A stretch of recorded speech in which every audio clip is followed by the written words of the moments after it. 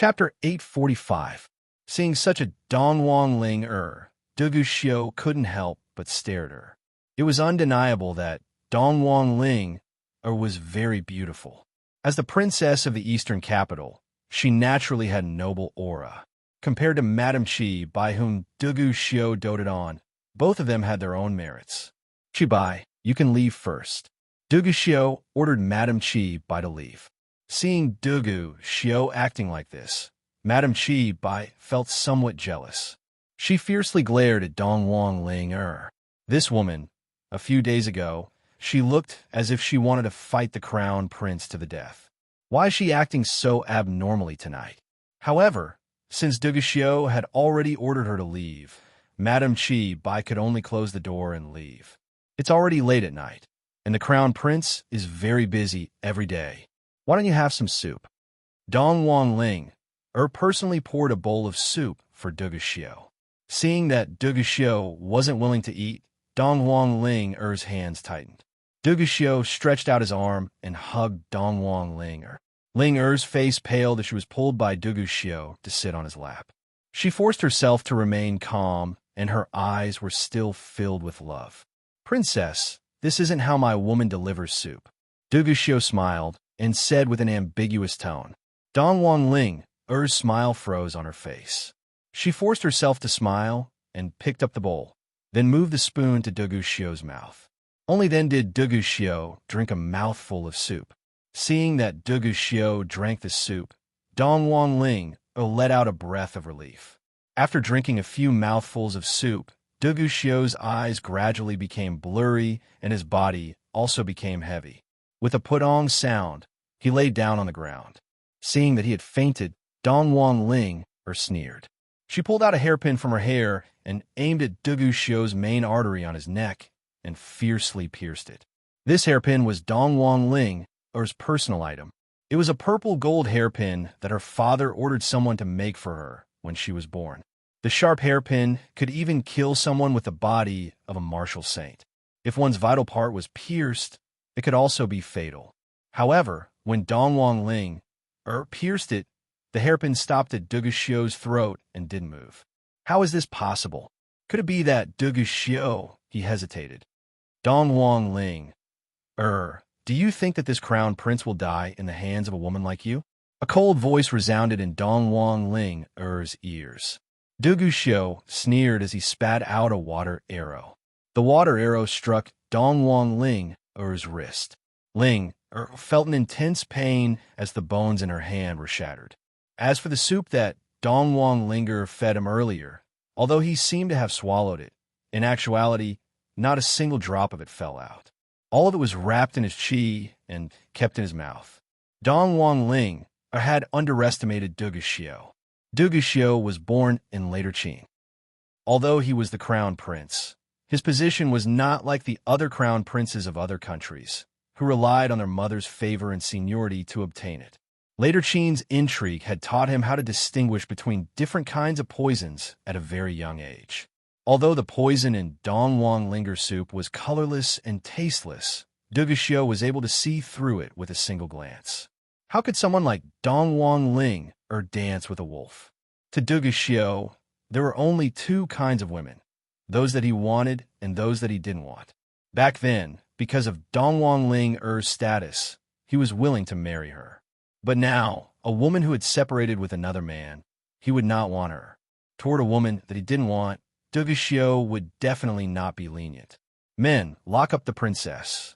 Dugu Xiu, if you have the ability, then kill me. Dongwang Ling smiled bitterly.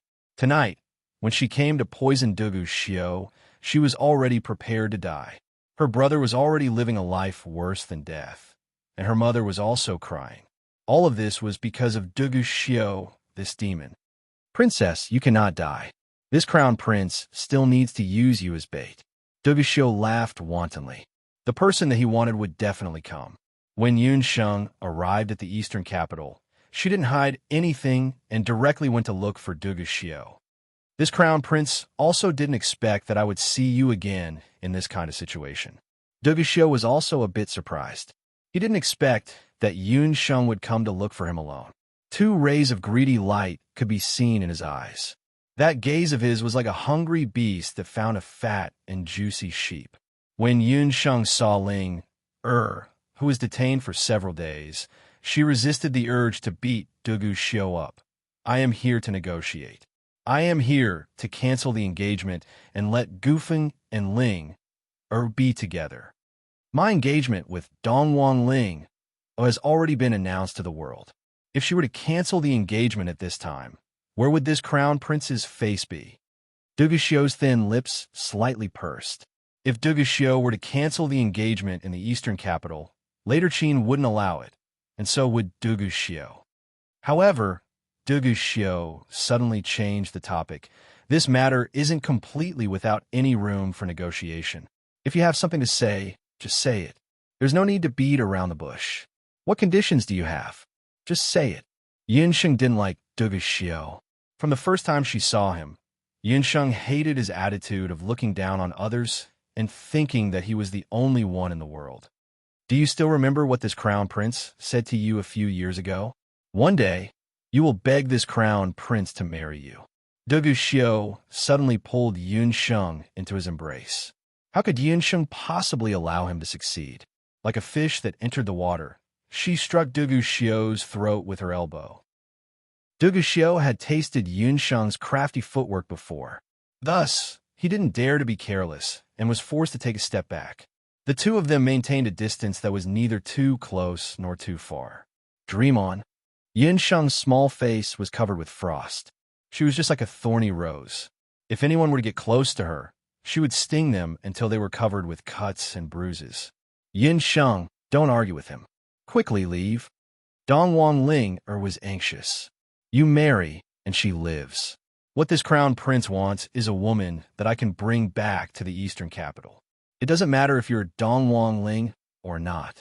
Because they were standing very close to each other, Dugu Xiu could smell the fragrance of a young girl that was being emitted from Yunsheng's body. Dugu Xiu's eyes dimmed. Even the heavens are helping me. Back then, Yunsheng's rejection of the marriage was viewed as a humiliation by Dugu Xiu. He would think about it all the time.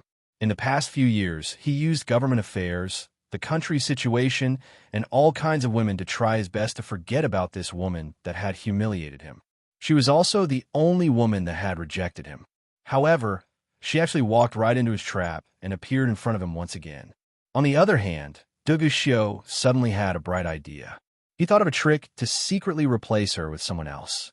Furthermore, compared to the immature and not feminine young girl from a few years ago, the Yunsheng in front of him had gradually transformed into a woman that made his heart itch. He wanted her. This time, no matter if it was Yi Baiming of Zhou State, the eastern capital, or even his father, none of them could stop him. Yunsheng ignored Dugu Xiu and went forward to untie the ropes on Dongwang Ling's body. Do you really think that the palace is your home? You can come and go as you please. Madam Qi Bai barged in with tins of blood iron guards. Do you think that you are qualified to stop me? Yunsheng never fought a battle that she wasn't confident in. Since she dared to barge into the eastern capital alone to snatch Dongwang Ling away, she had absolute confidence that she would be able to escape unscathed. Chapter 846.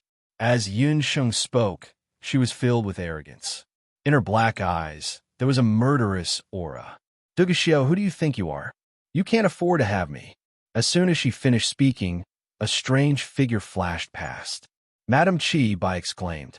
She didn't even have time to pull out her magic scepter before the two blood iron guards beside her were knocked away by a strange force. The sound of bones cracking could be heard. Madam Qi Bai was forced to take a few steps back, and there was a hand on her slender and fair neck. Tycoon Jean was like a ghost. He came and went without a trace and subdued Madam Qi Bai. At the same time, there was a commotion in the palace. A blood iron guard rushed in a panic. Crown Prince, bad news. A group of demonic beasts rushed into the palace. Our brothers couldn't stop them. Empress Dowager Situ and the East Emperor were rescued.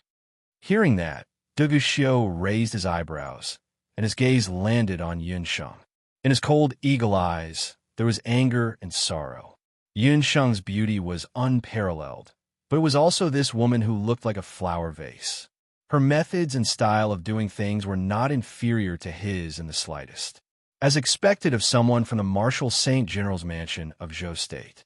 Yun Sheng's rescue seemed reckless, but her every move was arranged in an orderly manner. First, she acted alone to confuse the enemy. Then, she secretly ambushed this strange assassin. Then, she used the demonic beast to launch a surprise attack. If he guessed correctly, the group of demonic beasts that barged into the palace was definitely the group of demonic beasts from Taiyuan Castle. This group of demonic beasts was originally transformed from humans, especially the two tiger-lion beasts. They were originally the subordinates of the Prince of Taiyuan. They knew all kinds of military strategies. With their help, Yun Sheng created a diversion and successfully rescued Empress Dowager Situ and the East Emperor. At this time, even if he sent people to chase after them, they probably wouldn't be able to catch up.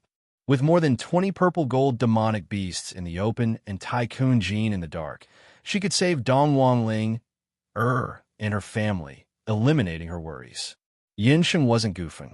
She knew that in order to save Dong Wangling, not only did she have to save Dong Wangling, she also had to save her family. Only after East Emperor and Empress Dowager Situ escaped would Ling be able to truly have nothing to worry about. Even Dugu Xiao couldn't guarantee that he could come up with a more perfect rescue plan today. Yin Sheng, after all, you don't know me well enough. You can take him away, but I can guarantee that you won't even be able to leave the imperial palace of Dongdu. Dugu Xiao was not angry. Instead, he laughed. His expression was unpredictable. He admired Yun Sheng. Only a woman like her, who could enter the palace and go to the battlefield, was the most suitable woman for him, Dugu Xiao. He waved his hand, and the group of iron-blooded guards all stepped aside. Yin Sheng didn't understand why Dugu Xiao was so straightforward. She untied the ropes on Ling Er's body, and the two of them were about to leave. When Dong Wangling arrived at the entrance, her body trembled violently as if she was having a spasm. Sweat dripped down her forehead like rain. Yun Sheng checked Dong Wangling Er's body and discovered that Dugu Xiao had ingeniously used his Do Qi to suppress many of Dong Wangling Er's vital points. This is a special Do Qi sealing technique. It's a battle technique of Dugu imperial family. Without my unique technique, even if you save Dong Wangling it'll be useless. She'll be in pain for 3 days and 3 nights, until her meridians break and she vomits blood and dies. Dugu Xiao's gaze was cold. With every word that he said, Dong Wangling Er's face would become uglier. She felt as if she was being bitten by ants. Her meridians and muscles were all being suppressed by Dugu Xiao's Do Qi. Yin Sheng, I'm fine. Let's go. He has already set up a trap and is waiting for you to walk into it. Don't fall for it. Dong Wangling forcefully held back the blood at her throat and stood up. She was very grateful to Yin Sheng. As long as her imperial mother and imperial brother managed to escape, Dong Wangling life was no longer important. Right now, she no longer had the face to see Gu Feng. After Dong Wangling was subdued by Dugu Xiao used a special battle technique to seal many of her major acupoints. Even if Dong Wangling wanted to die, she wouldn't be able to do so. Madame Qi told Dong Wangling that the reason why Dugu Xiao imprisoned her in the eastern capital was because of Yin Sheng. Dugu Xiao wouldn't marry a princess who eloped with another man. Only now did Dong Wangling know that several years ago, Dugu Xiao had proposed to Yin Sheng. Later Qin, Crown Prince Dugu, who had always been arrogant, was rejected by Yin Sheng. Dong Wangling knew that Dugu Xiao was a narrow-minded person. He would definitely take revenge on Yin Sheng. No matter what, she couldn't let her good friend fall into Dugu Xiao's hands. Dugu Xiao, you're truly despicable. Ling is a woman, and you actually used such a vicious method to deal with a woman who doesn't even have the strength to trust a chicken. Your actions won't be mocked by the experts of the continent. Yin Sheng couldn't watch as Dong Wangling was tortured to death. Because of the pain, Dong Wangling lips were already bleeding. When Yin Sheng saw how Ling was resisting the urge to say anything. Her heart ached. Yinsheng boasted that her medical skills were unparalleled. However, she was helpless when it came to battle techniques. She muttered to herself for a moment. She decided to pretend that she had agreed to Dugu Xiu's request. As long as he cured Linger, she would think of a way to deal with him. Undo the unique battle technique on her body, and I will agree to your request. Yinsheng's face was cold. So what if she arrived at later Qin? She had plenty of ways to escape midway. If you want to save her, you have to agree to 2 conditions of mine. Dugu Xiu had already expected that Yinsheng would agree to his request. Yinsheng was a meticulous person. She was smart and patient. She was a rare woman. Unfortunately, her biggest weakness was her family and friends. Firstly, hand over your summoner ring, Dugu Xiu said faintly. In the continent, there weren't many people who knew that Yinsheng was a summoner. However, Dugu Xiu was one of the few people who knew about it. If it wasn't for the fact that she was a powerful summoner, how would those 20-plus purple gold ranked demonic beasts be willing to submit to her? Dugu Xiu was still a bit wary of Yinsheng's strength, especially her identity as a summoner. Without the beast language ring, Yinsheng wouldn't be able to summon demonic beasts, and her strength would be greatly reduced. Yinsheng straightforwardly took off the beast language ring. At the very least, she still had her magic. Secondly, accept a small gift from me. Dugu Xiu signaled with his eyes. Madame Qi Bai revealed a strange smile. Madame Qi Bai's smile contained a bit of schadenfreude, as well as a bit of jealousy. Yinsheng suddenly had a very bad premonition when she was being stared at by her. Madame Qi Bai took out a box. Inside the box were 2 eggs. These 2 eggs were much smaller than a pigeon's egg. One was gold, and the other was silver. They looked like a pair of exquisite decorations. Dugu Xiu walked forward. He bit his tongue and spat out a mouthful of blood onto the 2 jade eggs. The originally motionless jade eggs began to stir. Chapter 847.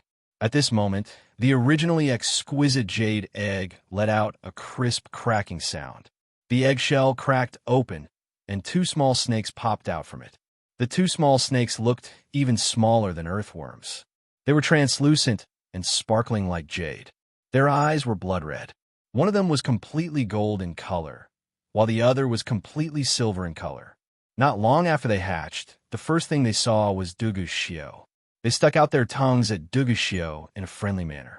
What the hell is that? Yinsheng didn't have a good impression of snakes. Snakes were ice-cold creatures. They were cold-blooded and temperamental. Although abandoned Little Green was also a snake, Little Green knew people and rarely appeared in front of others. Especially these snakes, they reminded her of the soul snake that Madame Qi Bai used to harm Dongwang Ling and Dongwang Tianqi. Dongwang Ling was saved in time by Yunsheng and Gu Feng's patient care, which allowed her to escape the fate of becoming a retard. Compared to Ling Er's brother, Dongwang Tianqi wasn't as lucky as Ling Er. Yinsheng had already ordered the 2 tiger lion beasts to escort Empress Dowager Situ and her son to the Hunters Guild in the eastern capital. There would be people there to receive them and send them to Skywing City. With Su Da's treatment, Empress Dowager Situ and her son's lives would be safe for the time being. But even so, Dongwang Tianqi felt that it would be hard for him to escape the fate of becoming a retard. These 2 gold and silver snakes looked even stranger than Madame Qi Bai's soul snake. Yinsheng couldn't help but think that Dugu Xiu, this big pervert, couldn't be thinking of using the soul snake to control her, right? Thinking about how she would become a puppet and Dugu Xiu's plaything, Yinsheng couldn't help but frown. Dongwang Ling also had a terrified expression on her face. She pulled Yinsheng and shook her head incessantly. Don't worry. This crown prince has no interest in turning you into a puppet. If that happens, this crown prince's life would become dull and boring, Dugu Xiu joked. Wooden beauties, there were plenty of them in Later Qin. Later Qin's harem was filled with women who wanted to please him. What he wanted was a real Yinsheng. Sometimes, even he himself couldn't understand why he was so infatuated with Yinsheng, who was fierce and unfeminine. These 2 snakes are called soul yearning and double yearning. They were personally fed by this crown prince's heart blood. After 79 days, they hatched. The golden one is called Soul Pull, and it's the female snake. The silver one is the sun, and it's called Dream Spin. Duguxiu picked up the little golden snake and played with it. The small golden snake turned into a golden mist and entered Duguxiu's body. It turned into a golden snake tattoo on his arm. He picked up the silver snake again and walked in front of Yunsheng. The uneasiness in Yunsheng's heart grew stronger and stronger. This crown prince guarantees that this little snake won't cause you to have any adverse reactions. You will still be able to eat and jump, other than. Duguxiu continued to close in on her. Yunsheng took a step back. Seeing Dongwang Ling, Er's pained expression, Yunsheng hesitated. Duguxiu grabbed onto her hand. Duguxiu's tyrannical qi caused Yunsheng's body to be unable to move. The silver snake climbed onto Yunsheng's wrist. The ice-cold body of the snake turned into a frost-like mist and assimilated into Yunsheng's skin and body. Other than that, she didn't feel anything else. On Yunsheng's arm, a silver snake appeared. The silver snake and the silver snake on Duguxiu's arm complemented each other. Other than what? Yunsheng didn't believe that this silver snake didn't have any other uses, other than the fact that you will never be able to leave this crown prince's side. Duguxiu moved closer to Yunsheng's ear and said intimately, "What?" Yunsheng threw a slap onto Duguxiu's face. A slap was heard, and a palm print appeared on Duguxiu's face, which was as resolute as a sculpture. The Blood Iron Guard and Madame Qi Bai were both astonished. Has this woman gone mad? She actually slapped the Crown Prince. Crown Prince Dugu is an absolute bloodthirsty tyrant. There wasn't any anger on Duguxiu's face. He stretched out his hand and caressed his own face. At the same time, he was satisfied to see that Yunsheng's face was also red and swollen. Both of their faces were red and swollen. It was as if both of their faces were slapped by someone at the same time. What? Yunsheng opened her eyes wide. The one that she slapped was Duguxiu, so why is my face also red and painful? The soul twining dream snake was a very mystical soul snake. The probability of it hatching was very low. However, once it hatched, it would live and die together. The mother snake and the son snake had an innate connection. If the mother snake was injured, the other snake would also suffer the same injury. If the son snake left the mother snake for more than 12 hours, the son snake would be in extreme pain until its internal organs shattered and it died. Their host's fate is also like this. Duguxiu chuckled. He narrowed his eyes and stared at Yunsheng's face with a bit of infatuation. Because of her anger, her face became even more beautiful. That gaze was like that of a greedy snake, and Yunsheng was the prey that he had been drooling over for a long time. She was plump and juicy, making him want to swallow her into his stomach in one gulp. Yunsheng shivered. There was actually such a strange soul snake in this world. The silver brand was branded on her arm. Other than the initial cold feeling, there was no other feeling or pain. Yunsheng's arm skin was as smooth as snow. That touch of silver on her hand actually had a bit of a demonic feeling. Duguxiu, is there something wrong with your brain? Get rid of this thing. When Yunsheng heard this, she almost vomited to death. Get rid of it? This crown prince is also very willing. As long as you are willing to let this crown prince do it once, this crown prince will help you get rid of it. You can carefully consider this condition. Duguxiu was very ambiguous.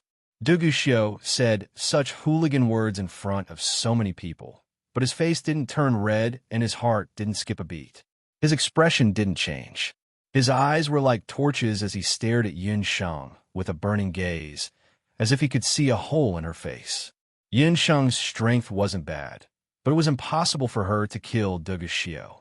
Only Duguxiu could cure the soul-yearning dream snake that was fed with his heart's blood. Duguxiu liked Yunsheng. He could use force, but he wasn't willing to do so. With his status, what kind of woman didn't he have?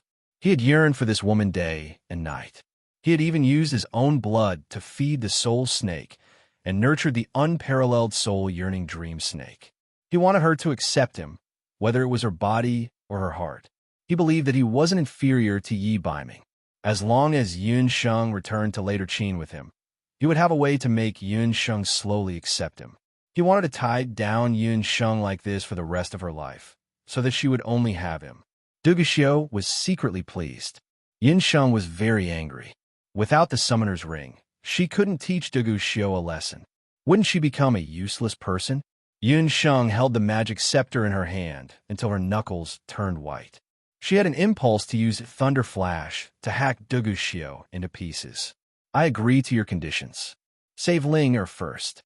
Yun Sheng gritted her teeth. Chapter 848. Yun Sheng swore that, sooner or later, she would look for Du Guxiu and make him pay for all the humiliation she suffered today. Men, take these two ladies away and serve them carefully, Du Guxiu ordered, and the two of them were locked up separately. Seeing that the two ladies were taken away, Madame Qi Bai walked over. Suppressing the jealousy in her heart, she asked, "Crown Prince, how do you plan to deal with those two ladies?"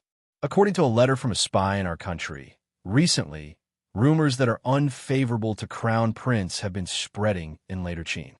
This time, Du Guxiu's plan to capture Dongwang Ling and trick Yun Sheng was all a sudden decision. After returning from Taiyuan Mountain, he didn't return to later Qin.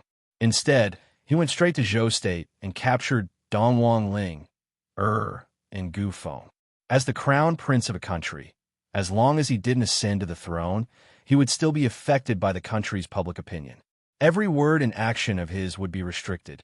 Du Guxiu and Dongwang Ling's marriage had been delayed for many years. In the early years, Du Guxiu had always used the excuse that the princess was sick. However, about a month ago, an official from later Qin claimed that he saw Dongwang Ling who was recuperating at the border of Zhou State. The princess, who was supposed to be sick, was actually found to be living together with a man. The two of them behaved intimately, just like a married couple. The future crown prince consort of later Qin actually eloped with a man. This was undoubtedly a huge scandal. When the rumor was released, it immediately spread throughout later Qin. In the end, the rumor became that the princess of Eastern Capital felt that the crown prince of later Qin, Du Guxiu, was too cruel and didn't understand romance. Moreover, because of the constant wars, he was a useless person. When Du Guxiu received this news, he had just found Dongwang Ling. As a result, Du Guxiu's plan was completely disrupted. Originally, he planned to make use of Dongwang Ling to capture Yun Sheng and have Yun Sheng pretend to be Dongwang Ling. In this way, he could make use of Dongwang Ling to control Eastern Capital and also get the beauty back. It was the best of both worlds. However, once the rumor spread, Dongwang Ling would no longer be able to marry into the Eastern Capital as planned. Regardless of whether Dongwang Ling was a virgin or not, later Qin citizens had already determined that she was a loose woman. If the crown prince were to marry this woman, it would be the same as having a green cloud floating above his head, making him a bastard. What Madame Qi Bai was implying was whether or not Du Guxiu should return to later Qin according to the original plan. After all, Du Guxiu had left later Qin for quite some time. Logically speaking, he should return to later Qin as soon as possible to avoid any changes in the imperial court. Tell the left prime minister that this crown prince has something to discuss with him. Du Guxiu frowned as he pondered. In the eastern capital imperial palace, several palace maids were guarding the young lady on the bed. Her appearance was even prettier than Dongwang Ling. At this moment, the girl's eyes were tightly shut, and her long eyelashes fluttered along with her breathing. Yunxing opened her eyes and saw the scenery of the Dongdu Imperial Palace. His brain was still a mess. She subconsciously looked at her arm, and the little silver snake mark was still there. A trace of annoyance flashed past her face. I failed again. Ever since that day, Du Guxiu had left this inexplicable soul-yearning snake on her body. She had been forced to follow Du Guxiu. However, what made Yun Sheng depressed was that Du Guxiu actually separated her from Ling. He only asked Ling to accompany her for an hour every day and teach her some of the Eastern capital's customs and palace etiquette. Yin Sheng scolded Duguxiu for not keeping his word. She originally requested Duguxiu to let Dong Wang Ling go. However, Duguxiu didn't feel any pain or itch. He argued that he only promised to save Dong Wang Ling and never said that he would let her go. He had already removed the special martial skill on Ling Er's body. However, in order to prevent Dong Wang Ling from leaking information and prevent Yun Sheng from having any thoughts of escaping, he directly imprisoned Dong Wang Ling as well. He only promised to send Dong Wang Ling away after he and Yun Sheng got married. Because Empress Dowager Situ and the East Monarch's whereabouts were unknown, the eastern capital had already fallen into the hands of Duguxiu and the left premier. Yun Sheng was under the effect of the soul-twirling dream, making it impossible for her to kill Duguxiu. Thus, Yun Sheng tried to escape. However, after escaping for a distance, Yun Sheng felt dizzy and fainted. When she woke up, she was caught by Duguxiu. Duguxiu never got tired of chasing after Yun Sheng. Like a cat chasing after a mouse, he would personally chase after Yun Sheng every single time. He would always be able to accurately find Yun Sheng. Only then did Yun Sheng give up. She finally recognized the fact. This damned soul-twirling dream was even more powerful than the binding magic she used on Yi Baiming. Binding magic needed to be within a certain distance in order to be effective. However, this soul-twirling dream would exhaust her stamina and make her unable to move. As a result, Yun Sheng's sixth attempt to escape was interrupted, and she was once again carried back by Duguxiu. Crown Princess, you've woken up. It's time for you to bathe and change your clothes. These palace maids were brought over by Duguxiu from later Qin. They all knew some martial arts. They were ordered to take care of Yun Sheng. Who's your crown prince consort? Yun Sheng was furious at the mention of this. Crown Princess, have you forgotten? You are the late emperor's orphan that the left premier found among the commoners. Not long ago, you returned to the eastern capital and fell in love with the crown prince at first sight. Because Dong Wang Ling, Er's body was unwell, she volunteered to marry into later Qin in place of the eldest princess. The entire eastern capital already knows about this. What kind of lousy identity and reason was this? She even fell in love with Duguxiu at first sight? Only a ghost would fall in love with that bastard at first sight. Yun Sheng was depressed by the weird excuse that Duguxiu came up with. However, other than being depressed, she had no other choice. The head palace maid had served Yun Sheng for a few days and knew the temper of this second princess. Facing Yun Sheng's anger, she didn't even frown and ordered the maids to dress Yun Sheng. These palace maids were all carefully selected by Duguxiu. Although they were palace maids, they were proficient in martial arts since they were young. They didn't know Yun Sheng's true identity, but they could see that the crown prince was very attentive to this yet-to-be-married crown princess. Even Madame Qi Bai, who was favored by the crown prince, didn't receive such favor from him. Yun Sheng had just learned from the palace maids that when Duguxiu went to Taiyuan Mountain, something happened in later Qin's imperial court. The princes who didn't get along with Duguxiu heard some groundless rumors.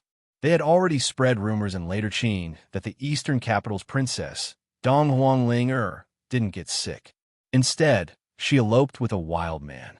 This news spread like wildfire. Now, everyone in later Qin knew that Duguxiu had been cuckolded before he even got married. In order to calm the public opinion in later Qin and to be able to marry the beauty logically, Duguxiu put in a lot of effort. In the name of left prime minister, he ordered two women to pretend to be Empress Dowager Situ and Dong Wang Ling. He said that he had found the orphan of the late emperor, who was the current Dong Wang Sheng. He even held an ancestral recognition ceremony, as if this was a serious matter. For the sake of Ling Er's safety, Yun Sheng had no choice but to change her surname to Dong Wang. Now, her new identity was Dong Wang Sheng, the newly found princess of the eastern capital. Why are you guys so anxious? Don't forget that the little wildcat is a time bomb, and the night fox is an atomic bomb. Later Qin,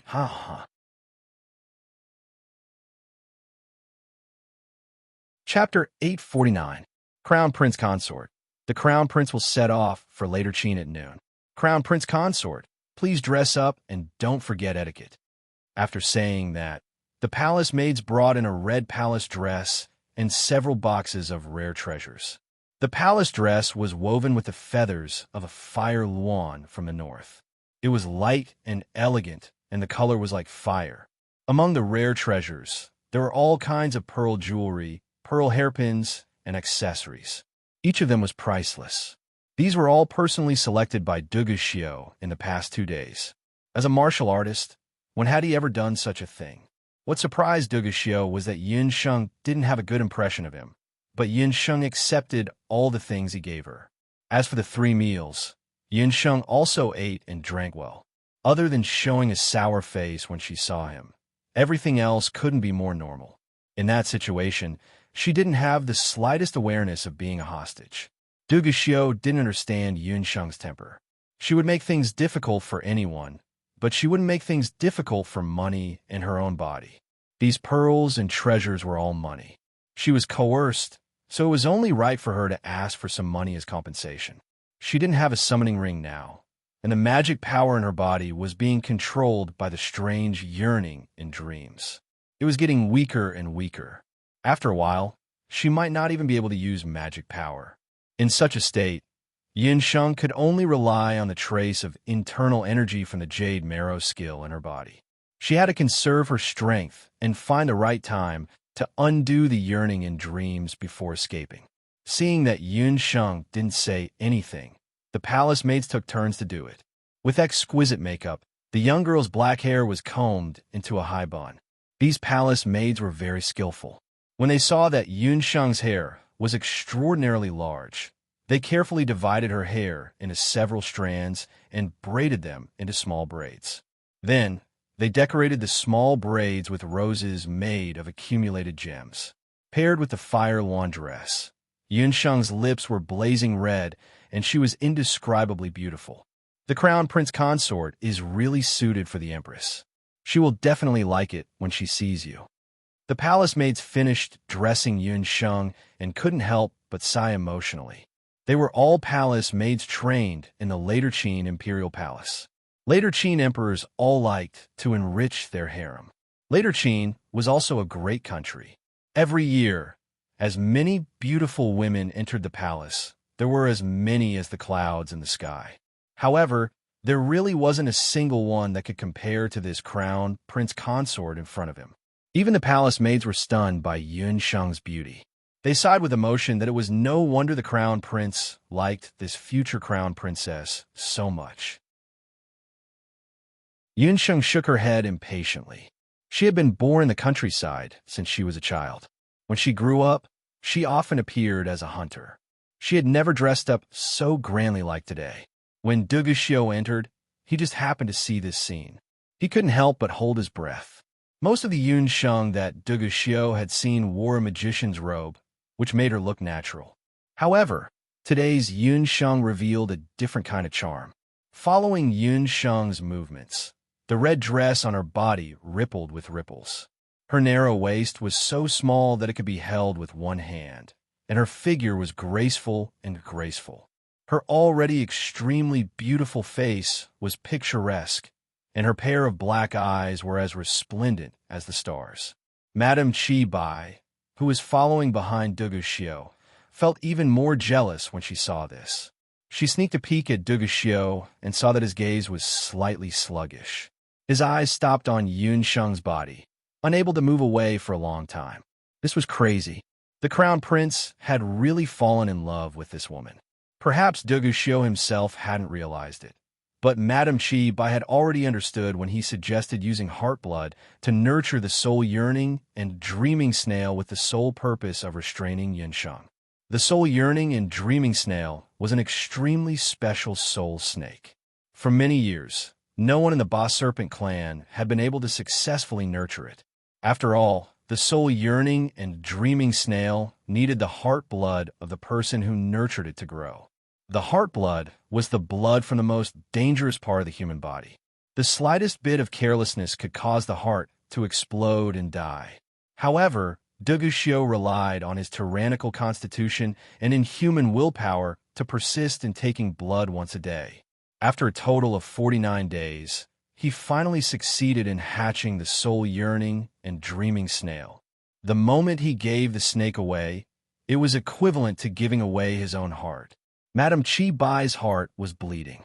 She had always thought that Duguxiu was a heartless person.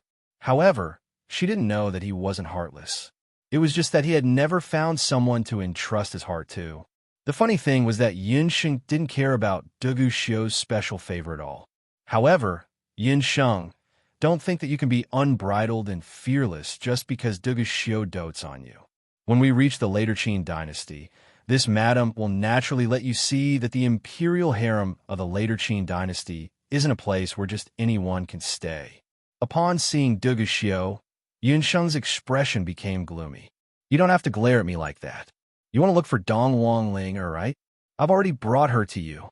Upon seeing Yunsheng's expression that seemed as if she wanted to eat him up, Duguxiu's heart started beating faster. Behind him was Dong Wangling, Yunsheng. Upon seeing Yunsheng, Linger felt guilty and sad. She hugged Yunsheng, and her eyes turned red. It was all her fault. She had dragged Yunsheng down. Dong Wangling's martial skill had already been undone. She planned to disguise herself as a palace maid and follow Yunsheng to the later Qin dynasty. Firstly, the two of them could take care of each other. Secondly, this time, Yunsheng was pretending to be the princess of the imperial capital. Since young, Yunsheng had always been undisciplined. Thus, Dong Wangling was afraid that she would expose herself in front of the emperor of the later Qin dynasty. Thus, she decided to accompany Yunsheng. I don't need any palace maid. Duguxiu, I won't be able to run away anyways. Let go of Ling. Yunsheng winked at Dong Wangling. This stubborn girl. How can she not understand what I mean? This time, Yunsheng came out in a hurry. Thus, she didn't even have the time to tell anyone that she had arrived at the eastern capital. Duguxiu was also very cautious.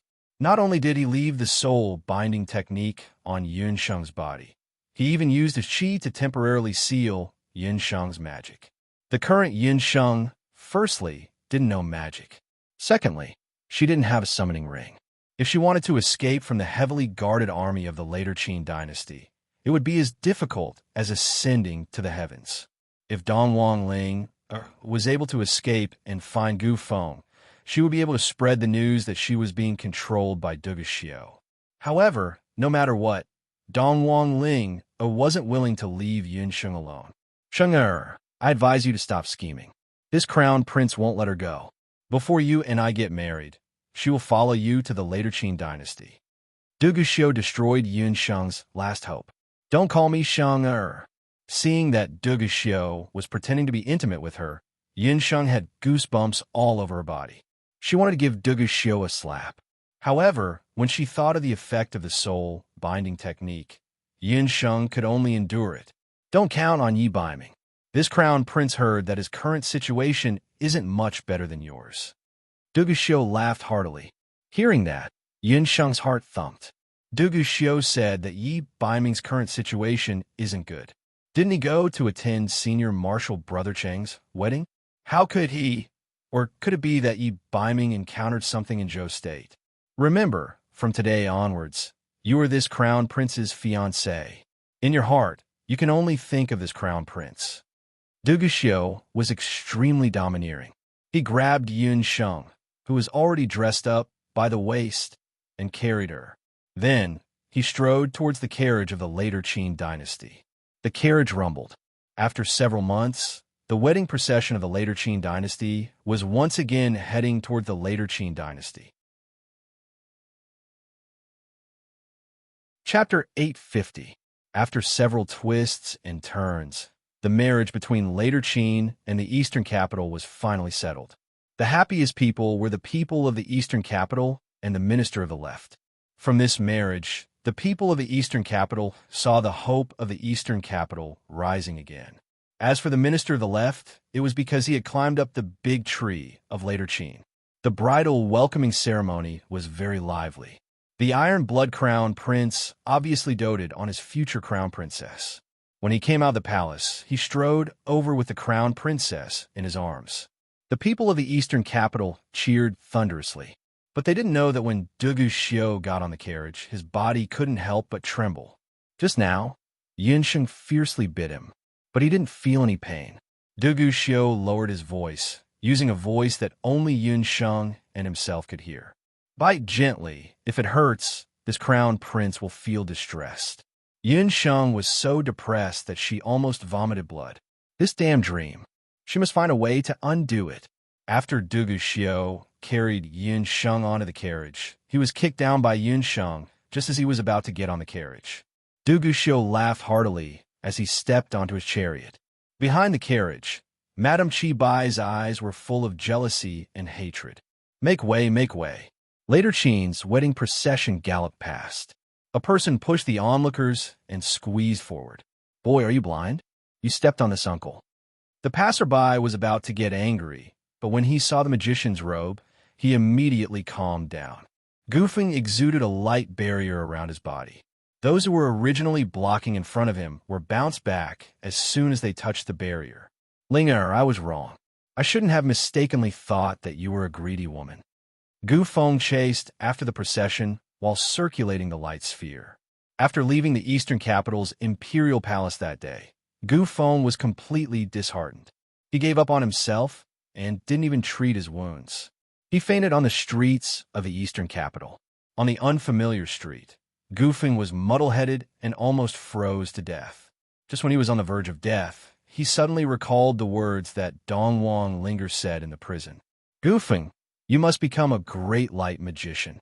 Her shoulders slumped and she trembled slightly. She was crying. In the darkness, Gufeng opened his eyes. He suddenly realized that he had misunderstood Linger. Once, for the only time in his life, Gufeng and Dongwang Linger got drunk in a tavern. At that time, Dongwang Linger cried until she was a mess.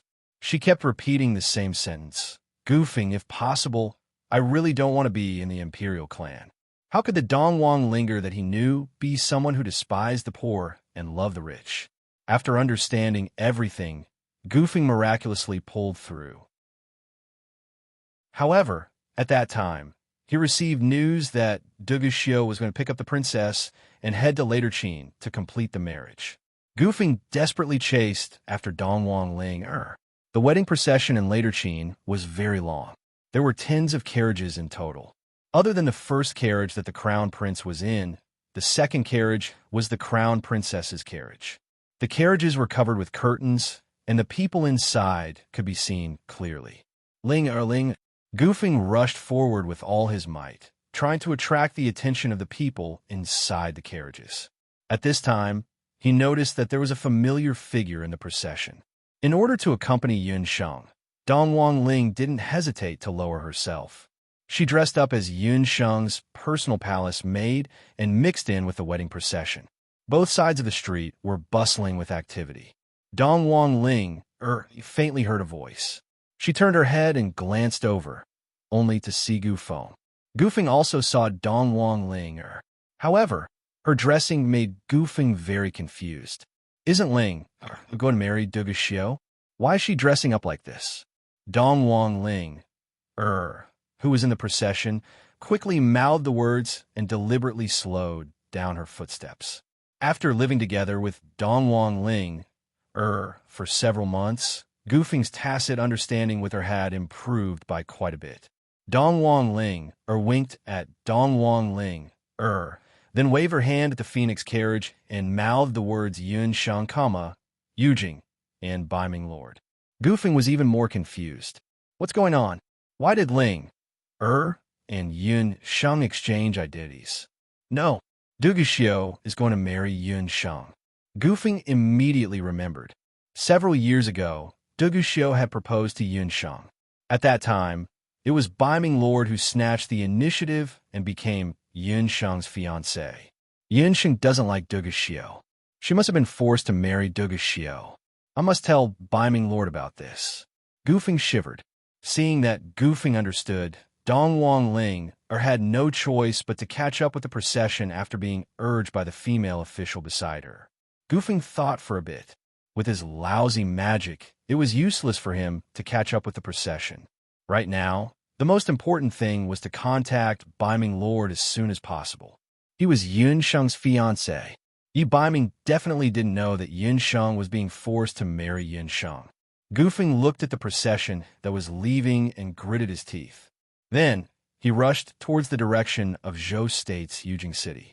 Almost at the same time, in Yujing City, Yi Bei, Cheng Bai, and Bu Fong were sitting in the tavern where the three of them often drank.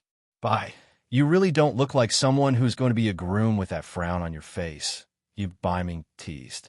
Cheng Bai, this brat, could be said to be the most unpredictable among the three of them. He boasted that he was a playboy and had many female friends. Who would have thought that Cheng Bai was the first to get married? Don't say any more. I have no choice but to do this. It's hard to disobey a father's order. You two, don't just laugh at me. Who knows when you two will be forced to get married as well. Although Cheng Bai was a playboy, he was very filial to his parents and elders. No one can force me to do something that I don't want to do. Bai, you better think carefully. This is an important matter in life. It's not a game. Yi Baiming didn't agree with Cheng Bai's point of view. He thought that this important matter of marriage shouldn't be a game. I think that Baiming is more than happy to be forced to get married. All right, why didn't Yinsheng come back? Bu Jiuxiao felt strange. Why didn't Yinsheng come back with him? She has some private matters to attend to. She said that she might not be able to make it in time for Cheng Bai's wedding. As for the congratulatory gift, she said that you can just go to little Xianong and pick one. Just when Yi Baiming's voice fell, Cheng Bai became very excited. Little Xianong could casually pick one. Only Yun Sheng could say such domineering words. Let me think. Do you think that little Xianong will have that kind of pill? My old man has been wanting to hold a grandson for a long time, or something like that. Cheng Bai was beaming with joy as he spoke. Yi and Bu Jiuxiao were speechless. This brat was just not serious. Let's talk about serious matters. Are you really not planning to go to Wu Profound Limitless School to participate in the competition? With your current cultivation, if you're willing to go, the position of the curator of Wu Profound Limitless School will be yours. What Bu Jiuxiao was talking about was precisely the matter that had caused a ruckus in Wu Profound Limitless School recently. Chapter 851. Qi Tian had been the deputy curator of Wushuan Limitless Hall for many years. For many years, the position of the curator of Limitless Hall had been undecided. To put it bluntly, it was just that the Emperor of Zhou State was unwilling to let Wushuan Limitless Hall fall into the hands of outsiders. For many years, he had been secretly controlling the dojo. Because of this, Qi Tian had been dissatisfied for a long time. However, with the Yun residents around, Qi Tian remembered Yun Ba's kindness in nurturing him and did not leave Wushuan Limitless Hall. After the Yun residents moved out of Jade Capital and Yun Sanglong became a hunter, Qi Tian already had the intention to retreat. Yun Sanglong had also invited Qi Tian many times to join the Sky Attack. This time, Yun Sheng had obtained Taiyuan City as a stronghold. So, Yun Sanglong sincerely invited Qi Tian to go. Qi Tian simply resigned from the position of the deputy curator of Wushuan Limitless Hall. This way, the position of the deputy curator of Wushuan Limitless Hall was empty. The Emperor of Zhou State announced to the world that the position of the deputy curator would be open to the public. As long as one could obtain first place in the dojo competition, regardless of their background, they would be able to become the deputy curator of Wushuan Limitless Hall. When this news came out, the entire Zhou State was in an uproar. Wushuan Limitless Hall was the #1 dojo in Zhou State. In the entire continent, only the later Qin's Big Dipper Dojo could compare to Limitless Hall. To be able to become the deputy curator of Wushuan Limitless Hall, it was truly a matter of the ancestors' graves. In an instant, the people who went to Wushuan Limitless Hall to participate in the competition were about to step on the threshold of the dojo. Cheng and Bu had both thought that Yi Baiming would participate in the competition when he returned to Jade Capital. Who knew that Yi Baiming was not interested at all? Both of them understood that Yi Baiming did not participate in the competition because he disdained to work for the Emperor of Zhou State. Jiuxiao, you can try. The deputy curator had planned to pass the curator position to you in the early years. Yi Baiming encouraged Bu Jiuxiao to participate in the competition. Among the three of them, Yi Baiming was undoubtedly the most talented, but Bu Jiuxiao was the most hard-working one. Now, Bu Jiuxiao was also a martial saint. Such a young martial saint was rare in Zhou State. If Bu Jiuxiao participated in the competition, he believed that there were not many people in Zhou State who could be his match. As he spoke, a young man dressed as a martial artist ran in. He looked around nervously. When he saw Yi Baiming and the others, he breathed a sigh of relief.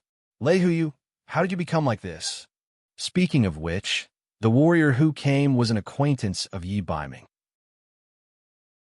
He was Lei Hu, who had gotten to know Yun Sheng after a fight in Banana Leaf Village. Ever since Lei Hu joined the Wu Profound Limitless School, especially after meeting Yun Sheng, his physique had been modified by Yun Sheng's beast blood pill. He was now a martial arts great master-level expert. However, when the three of them saw Lei Hu's appearance, they were slightly shocked. Lei Hu's face was bruised and swollen, and even a few of his front teeth had been knocked out. Who was it that dared to be so heavy-handed to the people of the Wu Profound Limitless School in Jade Capital? When the three of them saw this, especially Bu Jiuxiao, they stood up with a tongue sound. Senior brothers, it's good that you're here. Someone came to the Wu Profound Limitless School to cause trouble, saying that they're here to participate in the competition for the position of deputy curator. Lei Hu's face was full of shame. He roughly explained what had happened in the martial arts hall more than an hour ago. It turned out that ever since deputy curator Qi Tian had left, the Wu Profound Limitless School had publicly recruited a deputy curator. As the recruitment this time was open and fair to the outside world, there were no restrictions. There was an endless stream of people who came to participate in the competition. Among them, there were experts with extraordinary strength, but most of them were mediocre people who passed off as fish eyes. Bu Jiuxiao and the other disciples of the Inner Hall had set the rules. Only after defeating the Inner Hall disciples would they be qualified to enter the final competition for the position of deputy curator. As a result, nearly 80% of the people were blocked. Today, it was Lei Hu and another Inner Hall disciples' turn to be on duty. Just in the morning, the two of them had forced back 50 to 60 people who had come to compete. But in the afternoon, a female martial warrior came. She only brought one companion with her, but she managed to repel many martial artists from the outer martial hall. That was not all. That female martial warriors even insulted them, saying that the #1 martial arts hall in Zhou State was filled with a bunch of good-for-nothings. When Lei Hu and the rest heard this, how could they let it go? And then you lost? At first, Cheng Bai and Bu Jiuxiao thought it was just an ordinary challenge. However, when they saw Lei Hu's expression, their expressions turned serious. Lei Hu is useless. Not only did he lose, he lost within 3 moves. Lei Hu was ashamed and lowered his head. Within 3 moves? Even Yi Baiming had a look of surprise. Lei Hu was currently ranked 30th among the 50 disciples of the Inner Hall. In terms of strength, he could be considered an expert of the martial arts hall. That female martial warrior was able to injure Lei Hu in 3 moves. It was obvious that her strength had long surpassed Lei Hu, who was a martial arts grandmaster. Lei Hu, which country is that female martial warrior from? What battle technique is she using? Bu Jiuxiao was most suspicious that this female martial warrior was from Later Qin's Big Dipper martial arts hall. Just like the relationship between Zhou State and Later Qin, as the #1 martial arts hall in Zhou State, Wushuan Wuji Martial Arts Hall and Later Qin's Big Dipper Martial Arts Hall have been like fire and water for many years. Between the 2 martial arts halls, there were often private fights between disciples. That female martial warrior did not look like someone from the 5 nations.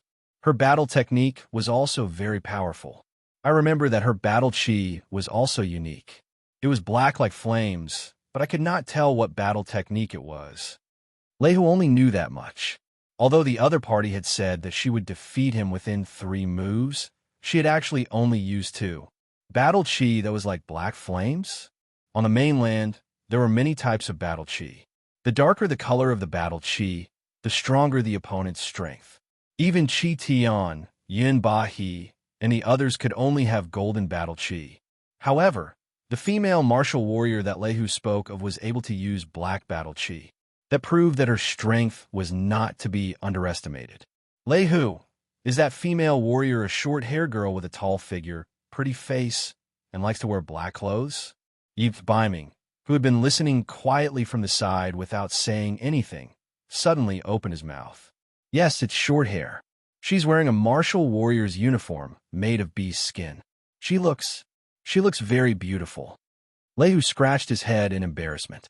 Actually, he still had some things that he was hiding from Yi Biming and the others. When that female martial warrior appeared at Wushuan Wuji Martial Arts Hall, a few outer sect disciples recklessly went to take liberties with her. Who would have thought that their legs would be crippled by that woman on the spot? A few inner sect disciples couldn't stand it anymore, so a conflict broke out.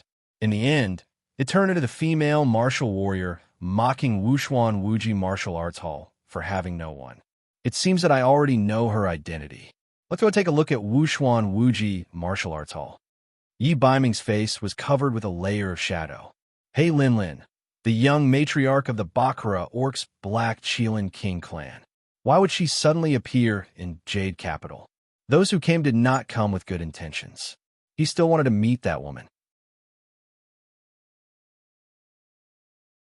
Chapter 852. Inside the Wushuan Limitless Martial School, a group of outer and inner sect disciples retreated as they looked at He Linlin and her companions in horror. This woman looked as beautiful as a flower, but her attacks were very vicious. Just now, many of her senior brothers and sisters had already been injured by her. None of them could withstand a single move. He Linlin was bored as she sized up the Wushuan Limitless Martial School. The #1 martial arts school in Zhou State was only SOSO. It was hard to imagine that a genius like him would actually learn martial arts in such a shabby martial arts school.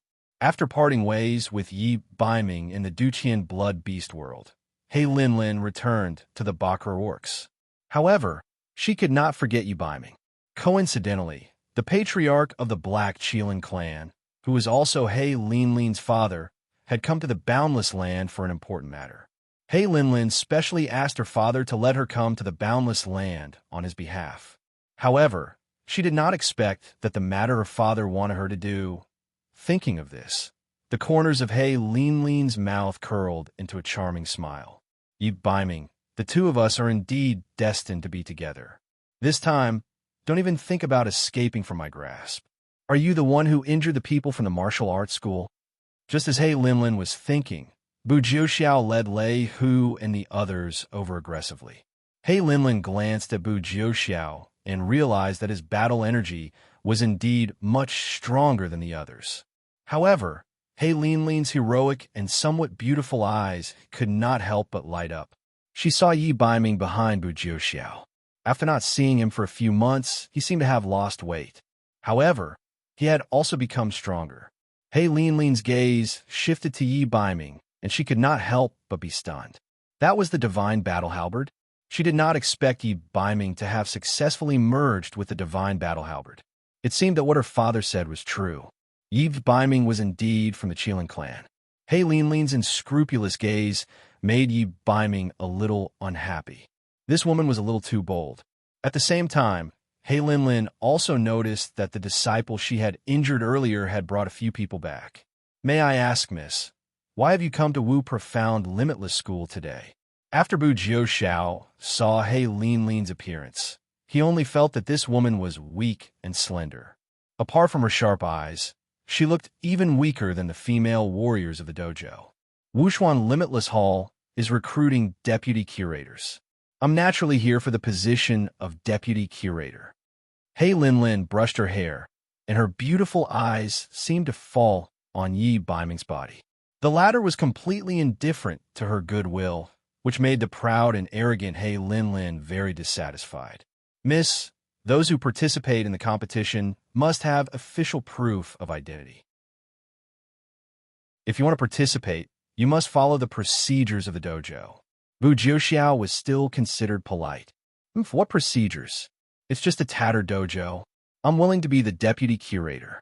You should be grateful. Besides, none of you can defeat me.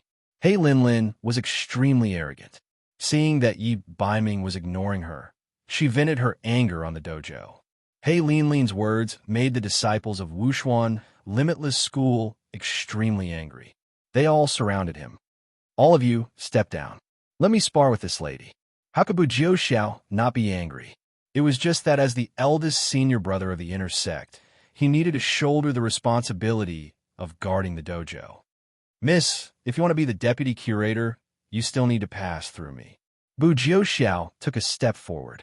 Compared to those unrated martial warriors, you can still barely fight with me. As He Linlin spoke, his feet had already moved. It had to be said that He Linlin was a rather charming woman. She might not be as agile as Yun Sheng, nor was she as seductive as Hu Ling Long, but her every move emitted a different kind of feeling. He Linlin walked neither fast nor slow, like a female leopard waiting for its prey to relax. She only walked beside Bu Jiuxiao. Bu Jiuxiao did not dare to be careless. Do Qi spread out and protected his body. Even though it was a duel, Bu Jiuxiao was worried that He Linlin was a woman. If he made the first move, he would inevitably be at a disadvantage. Therefore, he waited for He Linlin to make the first move before making the first move. Suddenly, He Linlin stood still. Her hands moved to her abdomen and her feet stepped on the ground. She suddenly jumped more than a foot higher. Her cherry blossom-like red lips suddenly spat out a breath. It was a breath of black Do Qi that blew towards Bu Jiuxiao. That breath of Do Qi seemed calm, but in midair, it suddenly turned into an arrow. That arrow was fast and swift, and it shot towards Bu Jiuxiao's throat in an instant. Bu Jiuxiao had never seen anyone use Do Qi like this. His heart trembled. He did not dare to be careless. His feet moved, and he dodged that Do Qi arrow. Who would have thought that He Linlin, who had stopped in midair, would not give up so easily? She spat out mouthfuls of Do Qi like rain. In a breath, hundreds of Do Qi arrows shot towards Bu Jiuxiao like a storm. Those Do Qi arrows were incomparably powerful. They instantly pierced through Bu Jiuxiao's Do Qi wall. Bu Jiuxiao only felt the blood in his body roiling. For a moment, he actually had no strength to resist. He Linlin's face revealed a pleased expression. Who would have thought that at this moment, a figure flashed in front of Bu Jiuxiao like the wind. Yi Baiming waved his arm and swung his palm. A wave of Do Qi that could topple mountains and overturn seas attacked those Do Qi arrows. Those Do Qi arrows suddenly changed direction and attacked He Linlin. This change came too quickly. It was completed in just a breath's time. He Linlin did not have time to react. Even though she tried her best to dodge, those hundreds of Do Qi arrows were already very close. The closest one was already less than an inch away from her forehead. A chill rose from the bottom of her feet to the top of her head. In He Linlin's moment of danger, those hundreds of Do Qi arrows actually exploded in front of her. The remaining power of the Do Qi arrow brushed past He Linlin's cheek. She let out a muffled groan, and a trace of blood appeared at the corner of her eye. He Linlin, this is not a place where you can behave atrociously. Scram! Yi Baiming's counterattack was very humiliating to He Linlin. He Linlin was too arrogant. If he did not kill her prestige, Wushuan Limitless Martial School's reputation would fall to the ground this time. Even though he was not willing to be the deputy head of Wushuan Limitless Martial School, Yi Baiming was even more unwilling to see his good friend Bu Jiuxiao get injured. He Linlin and Yi Baiming had fought a total of 3 times. The first 2 times were in the Blood Beast world. At that time, she and Yi Baiming had only met for the first time. The two of them had fought to a draw both times. But this time, even if He Linlin was unwilling to admit it, she had lost. Moreover, she had lost very thoroughly. Could it be that in just a few short months, Yi Baiming's strength had improved again? This kind of improvement speed was too terrifying.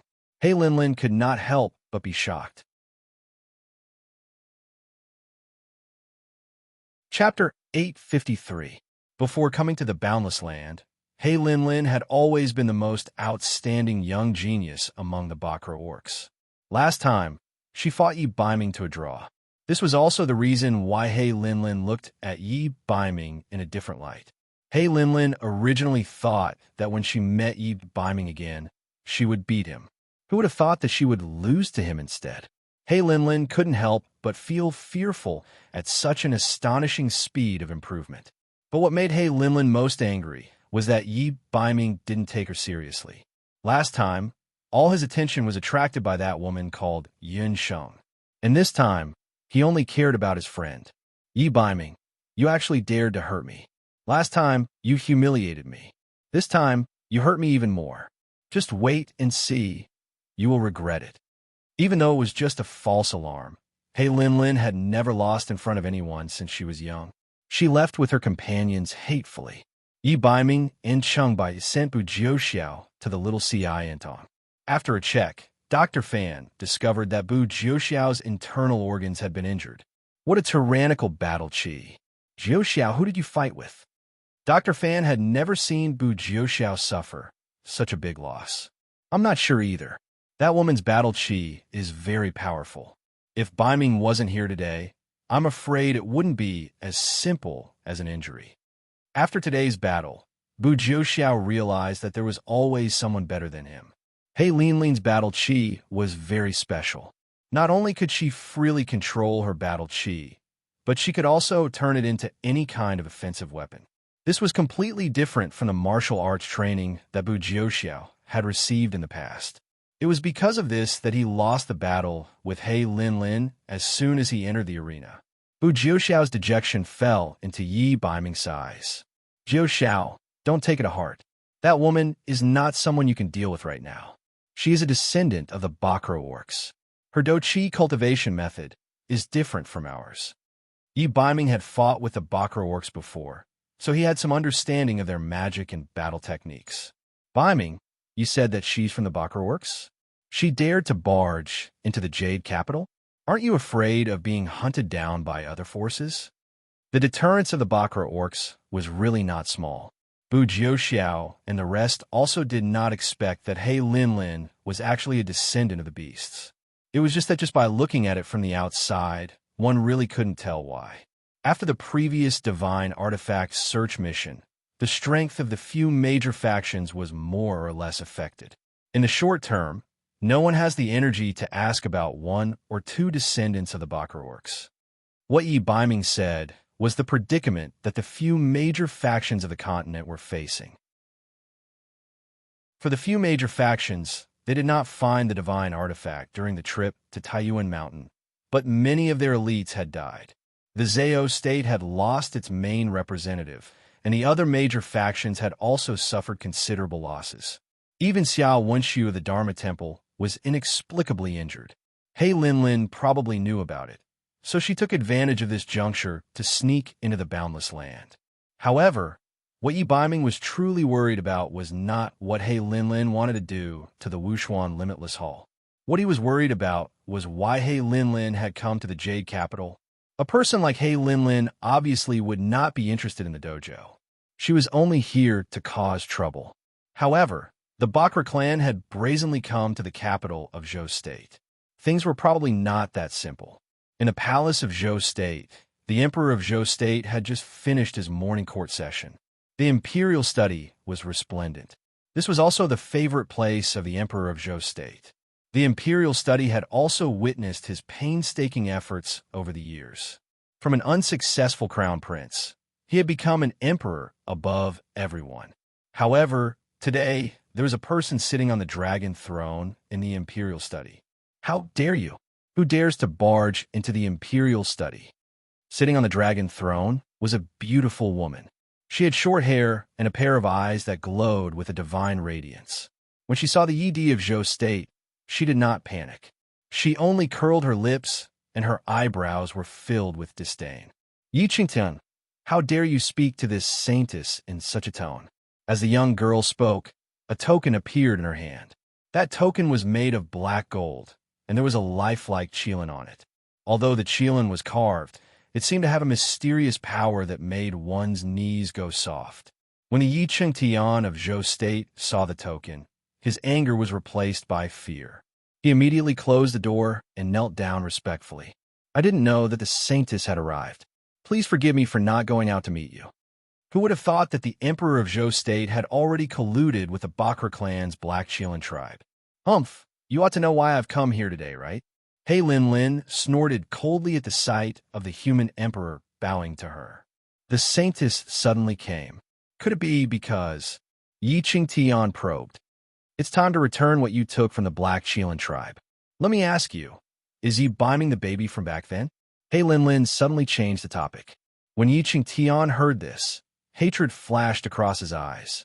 However, his face was still respectful. It's him.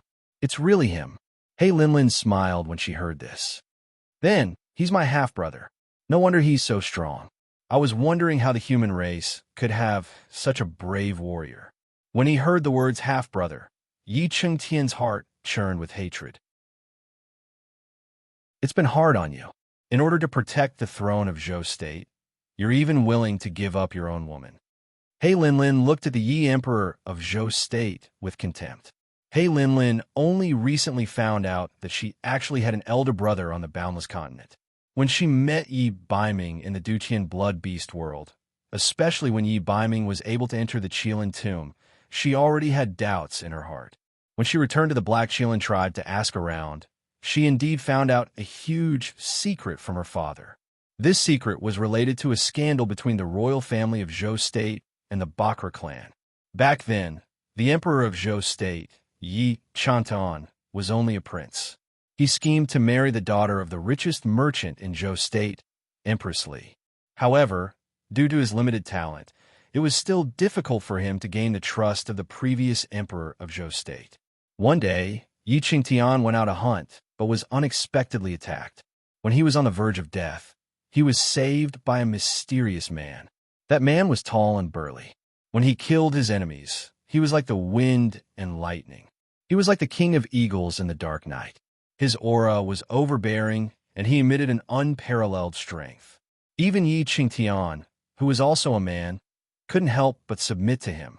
Yi Qingtian only found out after the incident that the man's true identity was actually the young master of the Bakr clan that had long disappeared from the continent.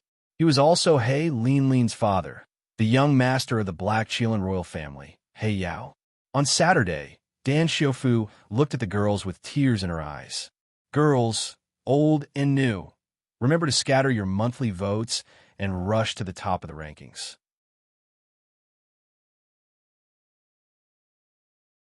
Chapter 854.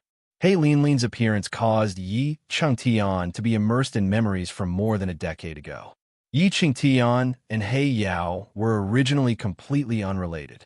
At that time, Yi Qingtian was just a weak prince. He had a beautiful wife, but no power behind him that could support his rise. He Yao was the opposite. He was young and arrogant. Behind him was a high-class beast tribe. At that time, he was already a peak martial emperor. When he learned of He Yao's identity, Yi Qingtian was shocked. However, he quickly realized that this was a great opportunity for him. He immediately suggested that he would work with He Yao. He would be the spy of the Black Qilin tribe in the Boundless Continent, while the powerful Black Qilin tribe would help Yi Qingtian ascend to the throne. Yi Qingtian had a good plan, but he still underestimated He Yao. He Yao was very similar to He Lin Lin. However, compared to the current He Lin Lin, He Yao was undoubtedly a more far-sighted person. He had planned to save Yi Qingtian in the first place. He agreed to help Yi Qingtian obtain the throne of Zhou State, but he had other conditions. Even though more than a decade had passed, Yi Qingtian still remembered He Yao's words.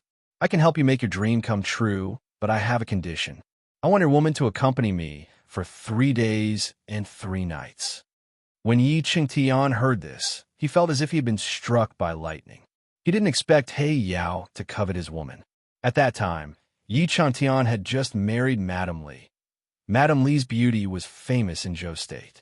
Yi Qingtian struggled in his heart.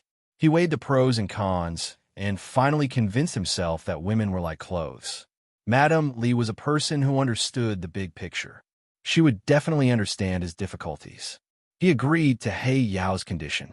When he returned to the Jade capital, He told Madame Li about his agreement with He Yao. Yi Qingtian knelt in front of a woman for the first time and cried bitterly. He told Madame Li about his depression over the years. At that time, Madame Li was only 16 years old. After hearing everything, her beautiful face didn't have any expression. She only changed into a plain dress.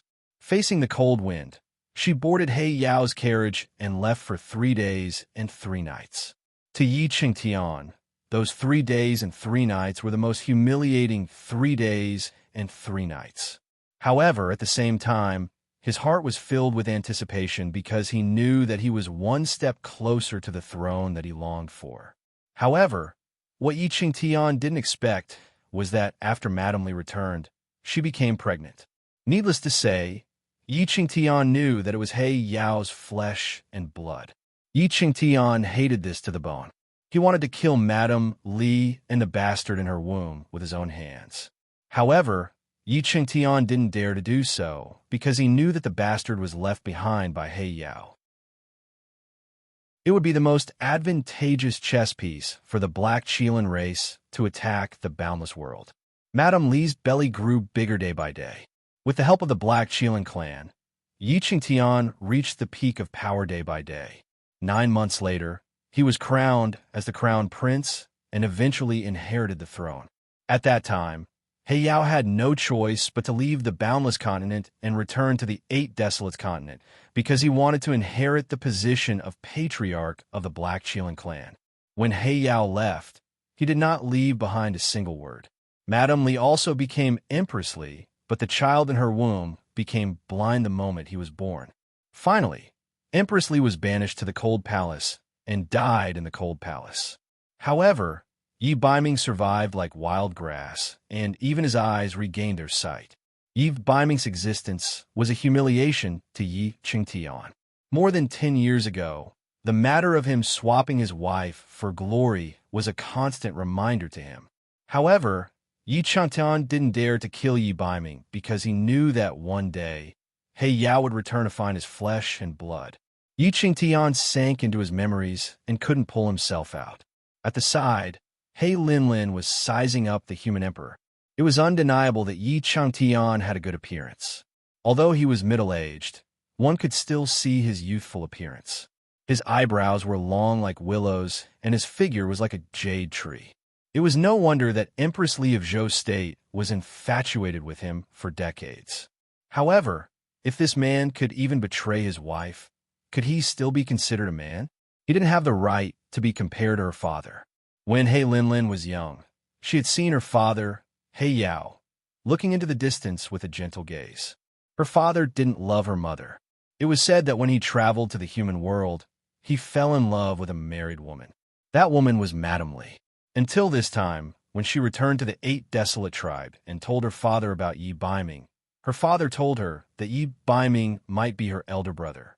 Saintess, did you come here to find your elder brother? To be honest, he is currently in the Jade capital. If you want to reunite with him, I'm afraid you can only do it privately. Yi Qingtian retracted his thoughts. Facing the Black Qilin clan that had once helped him, Yi Di was both respectful and fearful. His cooperation with the Black Qilin clan was a secret that couldn't be revealed. If other countries on the continent found out, Zhou State would be accused of betraying the human race. Even the citizens of Zhou State wouldn't forgive him. No, I'm not here to reunite with him. I want you to use father's name to grant him a marriage. I want to marry him.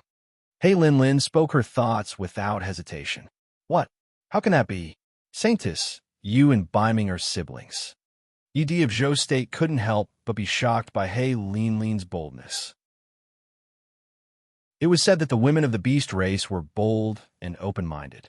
However, to the Yi Di of Zhou State, this kind of thing that was close to breaking the rules of ethics was really disgraceful and unethical. What's wrong with that? Close relatives aren't allowed to marry each other. That's just the stupid idea of you humans. In the Black Qilin clan, there's always been the custom of siblings marrying each other, especially for the royal family. In order to maintain the nobility of their bloodline, it is customary for close relatives to marry each other. My grandfather and grandmother are cousins. He Linlin sneered. There was also such a saying among the Bakra orcs.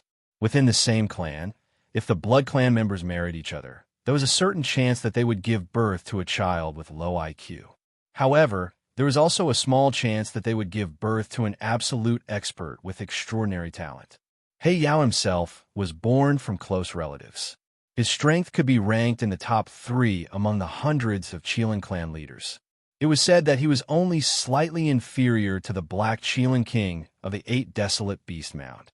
He Linlin and Yi Biming had been separated since young. The two of them didn't have any feelings for each other. Yi Biming was the man she fell in love with at first sight.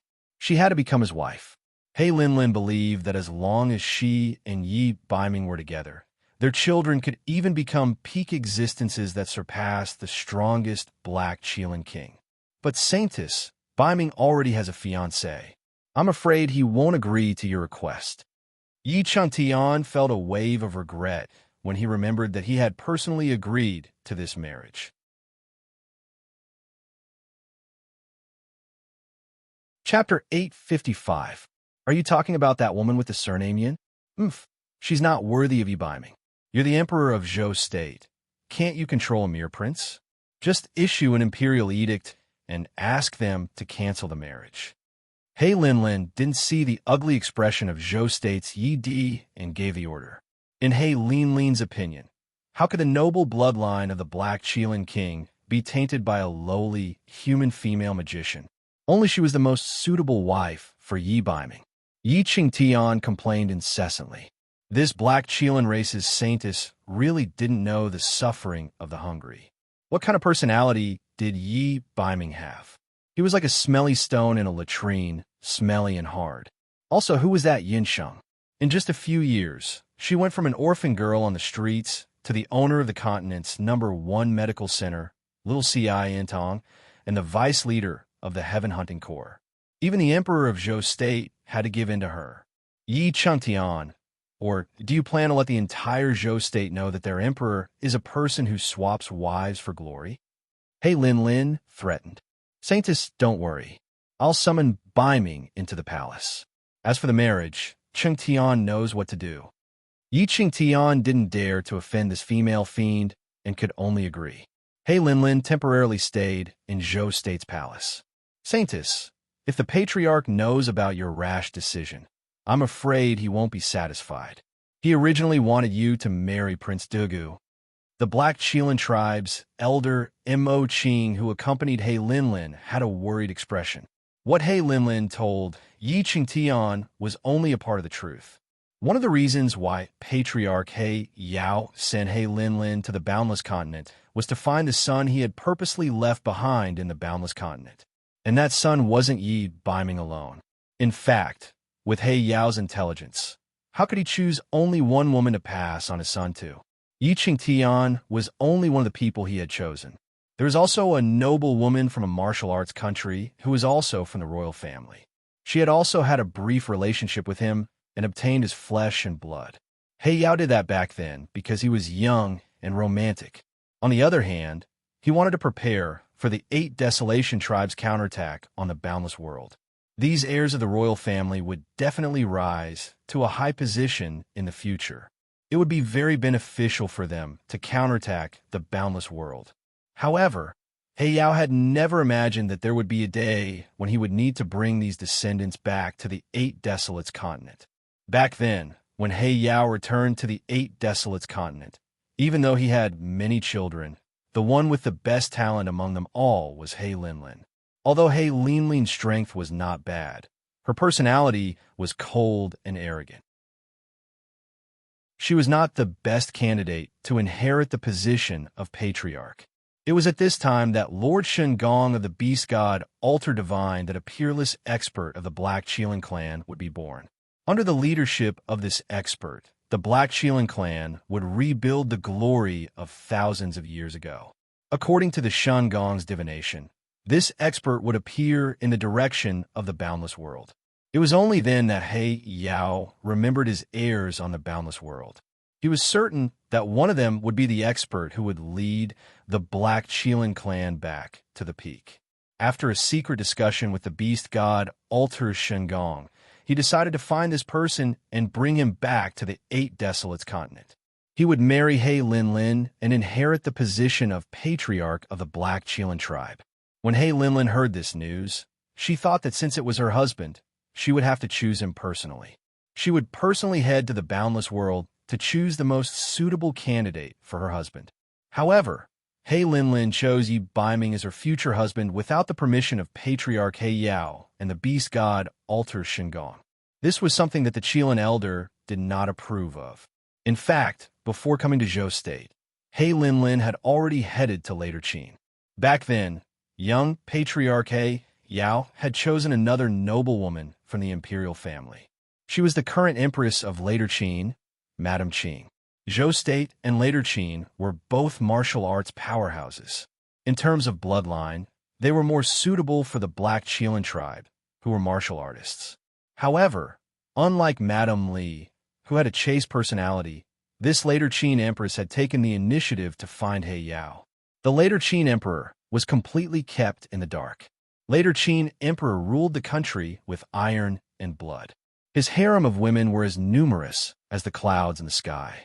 Even Madame Qing, who was already Later Qin's imperial concubine, could only wait for his favor once a month. At that time, the Later Qin emperor already had a nameless heir. However, he had never appointed an empress. On one hand, Madame Qing could not wait for his favor. On the other hand, she urgently needed an heir to stabilize her position. She met He Yao by chance. She immediately fell for He Yao. Madame Qing was a typical Later Qin woman. She was sexy and voluptuous. At that time, she was indeed in love with He Yao for a while. Even after He Yao met Madame Li, he was still connected to Madame Qing. It was also because of Madame Qing that Dugu Xiu found out his true identity from Madame Qing when he was only 3 years old. Due to He Yao's bloodline, Dugu Xiu was talented since he was young. He stood out among the princes of Later Qin. Madame Qing also sat in the back seat because of her son. When Dugu Xiu was 8 years old, he received the guidance of a Chelan tribe expert sent by He Yao. He began to learn the various battle techniques and cultivation methods of the Chelan tribe. Whether it was the Chelan blood crystal or Dugu Xiu's extraordinary battle techniques, they were all taught by Patriarch He Yao personally. In terms of preference, Patriarch He Yao was more willing to hand over the position of Patriarch to Dugu Xiu. However, after He Linlin met this elder brother of hers, she did not like him, especially when He Linlin found out that Dugu Xiu was with a woman from the Boss Serpent tribe. She was even more disdainful. Furthermore, Dugu Xiu was very ambitious. He wanted to unify the entire boundless continent. He was not willing to go to an undeveloped continent like the Eight Desolates continent. He even told He Linlin directly that he would not marry her. The woman he wanted to marry was Yunsheng. After hearing this news, He Linlin was furious. She did not expect that the two sons left behind by her father, He Yao, in the boundless continent would fall in love with the same woman. What was so good about Yunsheng? In terms of appearance and status, she was not inferior to Yunsheng. However, He Linlin quickly understood. This was also good. Dugu Xiu wanted Yunsheng, and she wanted Yi Baiming. With the two of them, there was no need to worry about not being able to achieve their goal. Of course, Patriarch He Yao and Elder Chelan did not know about this secret agreement. No matter what, Saintess, you should think twice before you act. I think that Yi Baiming is not a good person. Elder Chelan thought of Yi Baiming's skills and muttered in his heart, I love Yi Baiming. As for Dugu Xiu, he already has a harem full of women. Don't tell me you want me to share a husband with a bunch of vulgar human women? He Linlin glared. He Linlin, would never share Yi Baiming with any woman. However, at this moment, Dugu Xiu had already brought his crown princess back to Later Qin.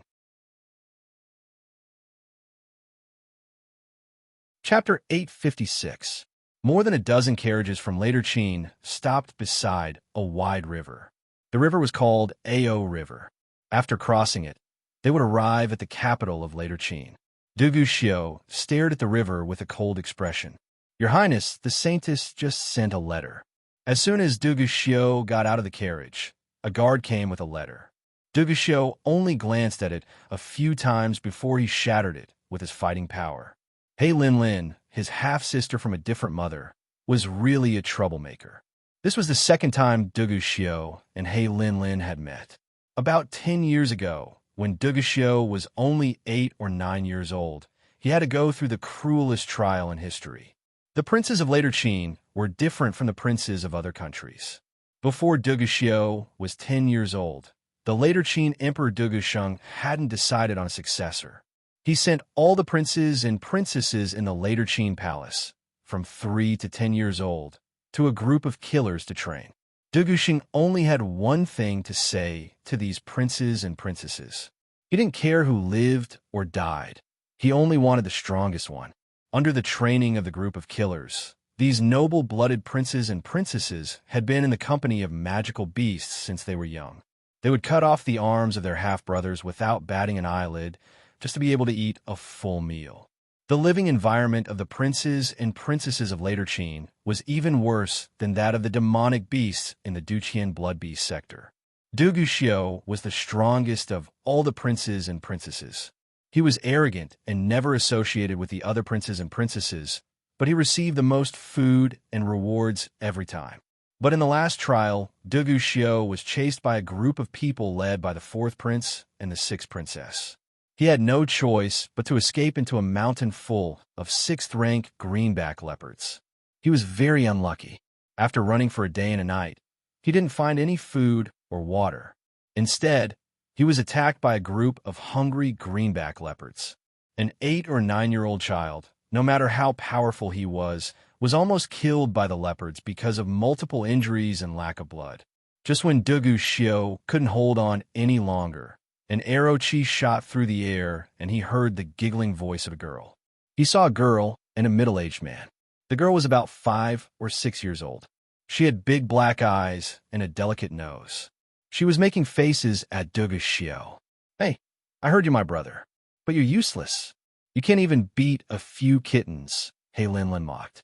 Several dozen greenback leopards were actually just a few kittens in her eyes. After saying that, He Linlin arched her back and condensed a black battle chi dagger in her small palm. Like a butterfly shuttle, she passed through dozens of leopards. Chi! Chi!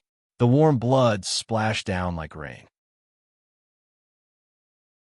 As the girl passed by, the greenback leopards fell to the ground. Direct and efficient, cold-blooded and merciless. He Linlin of the Qilin clan was already a genius when she was only 6 years old. "Are you convinced? You dare to call yourself my brother with this ability?" The dagger disappeared from He Linlin's hand. She looked at Duguxiu with disdain. But even though he was exhausted, Duguxiu didn't show the slightest intention of yielding. He walked forward and tore off a few pieces of leopard meat. He drank the leopard blood and slowly recovered his strength. Seeing this, the middle-aged man who was traveling with He Linlin had a rare look in his eyes. He walked forward and said respectfully, "Your Highness Xiu, I'm a master sent by clan leader He Yao to teach you martial arts." Duguxiu still didn't say anything. Only when he was full did he wipe his mouth and point at He Linlin. "You can make me stronger than her?" Hearing this, He Linlin went berserk and threatened to kill Duguxiu. But the smile on the middle-aged man's face deepened. He just nodded. From then on, Duguxiu followed the expert of the Black Qilin clan to learn martial arts. About a month later, Duguxiu left the mountain range. The first thing he did after leaving was to find the 4th prince and the 6th princess and kill them directly. Duguxiu even returned to the later Qin imperial palace and killed the mother of the 2 princes and princesses. This incident caused a sensation in the later Qin Empire. The imperial court was divided into 2 factions. One faction condemned Duguxiu, while the other supported Duguxiu. But the later Qin emperor had a different opinion. He thought that his iron-blooded education was a success. It was also after that incident that the later Qin emperor Dugusheng looked at Duguxiu differently and decided to let him inherit the throne. At that time, He Linlin and Duguxiu had a grudge. Although one of them returned to the 8 desolate continent and the other stayed in the boundless continent, they both saw each other as competitors. It was not until Dugu Xiu met Yi Baiming that he realized that there was someone in the boundless continent who could compete with him. 10 years passed in a flash. Later Qin Empire did not participate in the disturbance in the Dutian Blood Beast world, but Dugu Xiu had a premonition that the Black Qilin clan was ready to make a move. The continent had been peaceful for thousands of years. The opportunity that the 8 Desolates tribe had been waiting for had finally arrived. Sure enough, He Linlin and the Qilin clan's elders quickly found Dugu Xiu. As He Yao's son, Dugu Xiu did not care much about the 8 Desolates tribe's counterattack. This was because he thought that regardless of whether the 8 Desolates tribe returned, he would still be the absolute ruler of the boundless continent. When He Linlin met Dugu Xiu again, she was no longer the little girl from back then. Dugu Xiu had to admit that He Linlin had already grown into a beautiful woman who could move people's hearts. However, Dugu Xiu was not interested in He Yao's idea of him marrying He Linlin. Firstly, although he was a descendant of the Qilin clan, he had grown up in the boundless continent after all. He had learned about human relations and morals since he was young. He did not agree to a brother-sister marriage. Secondly, He Linlin was an arrogant person. Although she was beautiful, she was definitely not a good match. Dugu Xiu rejected He Linlin directly. He told her that he already had a candidate for the crown princess. However, what surprised him was that when He Linlin found out that the person he liked was Yun Sheng, she did not fly into a rage out of humiliation. On the contrary, she even extended an olive branch. It turned out that He Linlin had fallen in love with Yi Baiming at first sight. She wanted to form an alliance with Dugu Xiu. Dugu Xiu would marry her as the crown princess, and she would bring Yi Baiming back to the 8 Desolates continent. Although Dugu Xiu had verbally agreed to He Linlin's proposal, he was not very optimistic about whether He Linlin could successfully become a couple with Yi Baiming. However, this was no longer important. He Linlin's letter stated that she had obtained the permission of the Zhou state's emperor to force Yi Baiming and Yun Sheng to break off the engagement. He Linlin also said in the letter that she wanted Dugu Xiu to speed up the process and consummate the marriage with Yun Sheng as soon as possible. Consummate the marriage? TSK. This was easier said than done. Dugu Xiu looked at Yun Sheng, who had alighted from the phoenix chariot. The wind on the river was very strong. Yun Sheng faced the wind, and her black hair fluttered gently. At that moment, she was so beautiful that she did not seem like a mortal.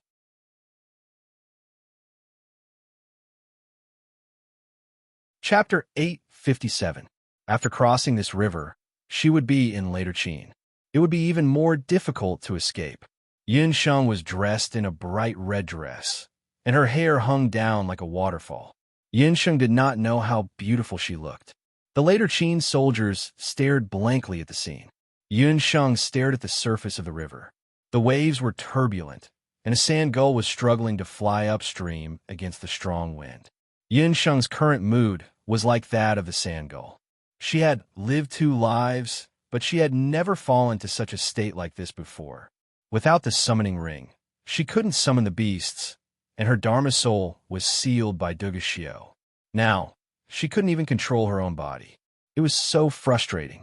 This time, she fell into Dugu Xiu's trap because she was too reckless.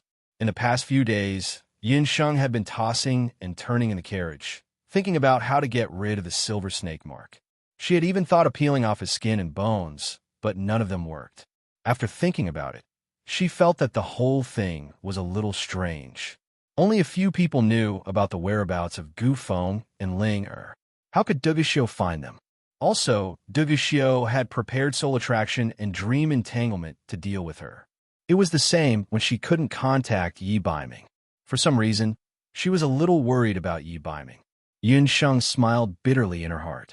Only when Dugu Xiu forced her to marry him did she suddenly realize that Yi Baiming was the only one who could accept intimate actions. Maybe she was really used to the existence of a night fox. Shaking her head, Yun Sheng looked away. Now, she had to think of a way to get out of the predicament in front of her. She felt that the whole thing was too carefully calculated. Later Qin is windy. I'll ask someone to make a batch of winter clothes for you in a few days. Duguxiu walked up and put his cloak on Yunsheng's shoulders. She had not rested well for the past few days. Her face had lost a lot of weight, her eye sockets had deepened, and her face had become even more petite. Yunsheng didn't appreciate Duguxiu's obvious goodwill. She threw off Duguxiu's cloak and turned to walk towards the phoenix carriage. A gust of wind came from behind, and Yunsheng was just about to dodge when she felt her arm being grabbed, and she was thrown into the phoenix chariot along with her cloak. Duguxiu jumped into the car, and the car spun around due to the vibrations. The dragon horses pulling the carriage were frightened and kept neighing on the spot. When Dongwang Ling saw what was happening, she was afraid that Duguxiu would bully Yunsheng. Thus, when Dongwang Ling wanted to rush onto the carriage, she was stopped by Madame Qi Bai. Recognize your status. Right now, you're nothing more than a palace maid. Madame Qi Bai's beautiful eyes flickered as she stared at the phoenix carriage. Her hands were tightly clenched as she stared at the hazy phoenix carriage. On the carriage, Duguxiu's tall figure could be clearly seen, and Yunsheng was nowhere to be seen. Duguxiu grabbed onto Yunsheng's hands and pressed her against the wall of the carriage. Duguxiu was very angry, and his eagle-like eyes were filled with hostility. This damned woman, just how many times has she disobeyed me? Along the way, he asked to be in the same carriage as her, but was kicked off by her. Yunsheng didn't even look at the various toys that he brought over. As expected, women cannot be spoiled. However, every time he wanted to be ruthless towards Yunsheng, when he met her soul-stirring black eyes, everything would fall apart. Hey Lin wanted him to hug this woman as soon as possible. How could he not want to? The current Yunsheng was as weak as a kitten. As long as he wanted to, he could take her at any time. However, he was unable to do so. With this woman's fierce temper, if he were to really do so, she might really fight him to the death. Duguxiu pinched onto Yunsheng's chin, feeling the smoothness of her fingertips. Yunsheng, I'm warning you, there's a limit to my patience. If you dare to embarrass me in front of everyone again, I will kill Dongwang Ling. Duguxiu was very clear on how to deal with Yunsheng. As expected, upon hearing what Duguxiu said, Yunsheng became a lot more docile, although there was still anger in her eyes. Duguxiu, as long as I find a way to get rid of yearning and dreams, you will be dead meat. Yunsheng turned her head away in disgust. She didn't like to be alone with Duguxiu. Yunsheng could always smell blood from Duguxiu's body. This man's killing intent was too strong. I've said it before, either you let me sleep with you once, or you stay by my side obediently. As for other thoughts, don't even think about it. After crossing this river, you will be Dongwang Sheng, so just obediently play the role of a princess. Otherwise, both of us won't be able to live a good life. Duguxiu snorted. Pressing onto Yunsheng like this, he felt a surge of hot blood rushing towards a certain part of his body, causing his eyes to burn with passion. On the phoenix chariot, the atmosphere became ambiguous. Your Highness, a few boats appeared on the river. From the looks of it, they seem to be the boats sent by the imperial palace. Outside the chariot, Madame Qi Bai's words caused Duguxiu to calm down. Got it. Send someone to find out who is coming from the imperial palace. Duguxiu unwillingly let go of his hand and lowered his voice. Later Qin's imperial palace isn't as simple as you think it is. If you don't want to have sex with me so quickly, you better be more at ease. Although he had already placed a few shackles on Yunsheng's body, Duguxiu was still somewhat worried. As the crown prince of Later Qin, once he returned to Later Qin, he would be busy with all sorts of matters. Yunsheng and his wedding date was set to be 3 months later. In these 3 months, as his future crown princess, Yunsheng had to stay in the crown prince's residence. The matters in the crown prince's residence would also be handed over to her to manage. Duguxiu was worried that Yunsheng would still have to deal with the group of women in the crown prince's residence when he was not around during the day. However, he would instruct Qi Bai to help Yunsheng during this period of time. However, Duguxiu had obviously neglected one point. Yunsheng was not an ordinary woman. Even without the summoning ring and magic, she was still Yunsheng. The person whom Duguxiu had sent to investigate returned very quickly. The person who was ordered to welcome the Princess Dongwang was Duguxiu's second brother, Duguqian. He was also the prince who had lost to Duguxiu in the competition for the crown prince of later Qin. On the surface of the river, a few luxurious boats sped over like arrows. The wind on the river was strong, but the guards on the boats were all as still as nails. On the bow of the boat stood a man in embroidered clothes. "Your Highness the Crown Prince. I heard that Your Highness the Crown Prince had brought the future Crown Princess back to the country, and I was ordered to come and welcome you." Duguqian's facial features were distinct and sharp. He was different from the masculine Duguxiu, and his face was exceptionally handsome.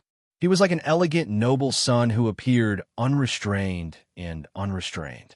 However, from time to time, a glint of shrewdness would appear in his eyes. It could be seen that this person was not simple. Previously, it was Duguqian who had ordered people to spread the news of Dongwang Ling eloping with someone. He had wanted to use this opportunity to ruthlessly humiliate Duguxiu. However, at the last moment, Duguxiu had actually found the second Princess Dongwang, who had been separated from the common people. There had long been rumors in the imperial court that this princess was just a cover. She was an impostor that Duguxiu had found at the last minute. Duguqian had wanted to see what this princess who had grown up among the common people looked like.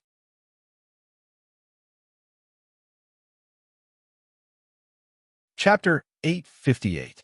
Your Highness the Second Imperial Prince, there is no need for you to personally welcome her. I heard that the princess is a crude woman who grew up in the countryside. One of the second imperial Prince Duguqian's bodyguards spoke up for the second imperial prince. Later Qin's eldest prince's mother was only a lowly palace maid. It was impossible for her to inherit the throne. If it wasn't for Duguxiu seizing the position of crown prince, Duguqian would definitely be the emperor of later Qin. However, the third prince, Duguxiu, overtook him and seized the throne. Now, he was about to marry a commoner's woman, and the second prince had to welcome him with such great ceremony. In the eyes of these guards, this was clearly a disgraceful thing. Moreover, according to the crown prince's spies, this fake princess was vulgar and had a violent temperament. It was said that she had angered Duguqian many times. How could such a woman become the empress of later Qin? What do you know? I just want to personally test her and see what kind of woman my good younger brother has chosen. Duguqian had already seen the wedding procession on the shore. Duguxiu stood proudly at the front of the procession. Your Highness, I, Duguqian, am here to welcome you. The second prince walked onto the shore and respectfully bowed to Duguxiu. We're all family. Second brother, there's no need to be so polite. Duguxiu nodded. Duguqian's gaze moved to the phoenix carriage behind Duguxiu. After noticing Duguqian's gaze, Duguxiu's lips curled into a calculating smile. How could he not know Duguqian's intentions? Duguqian must have already heard the news and wanted to test what kind of woman the future crown princess was. Your Highness, I've long heard that the Eastern capital is a blessed land with outstanding talents. The women born, they're also peerless beauties. I don't know if I have the honor of seeing the crown princess appearance today. Duguqian had a humble appearance. Second brother, you flatter me. Since second brother wants to see her, Sheng-er, come down. Duguxiu walked to the phoenix carriage and stretched out his hand. His voice was unprecedentedly gentle, startling Duguqian. There was no movement from the phoenix carriage. Duguxiu's hand awkwardly raised there. A cold smile appeared in Duguqian's eyes. Duguxiu was indeed a little angry. He cursed in his heart. This woman really treated this crown prince's words as nothing. Just as Duguxiu was about to retract his hand, a slender hand reached out from the phoenix chariot and placed it on his hand. A woman came down from the chariot. The woman was dressed in a wine-red palace dress. Her skin was as translucent as jade. She had a graceful figure and a pair of intoxicating eyes. The woman was not old, about 14 or 15 years old.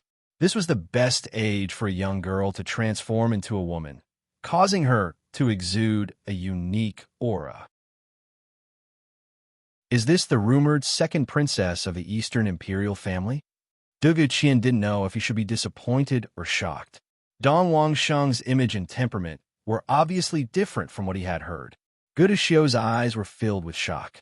He didn't expect that Yun Sheng's words and actions were no different from a standard royal princess. Dong Wangling on the other hand, gave Yun Sheng a satisfied hand gesture. Although Yun Sheng was dissatisfied with Dugu Xiu, she also understood that the trip to Qin later days was very important. As the crown prince's wife, she represented the eastern capital.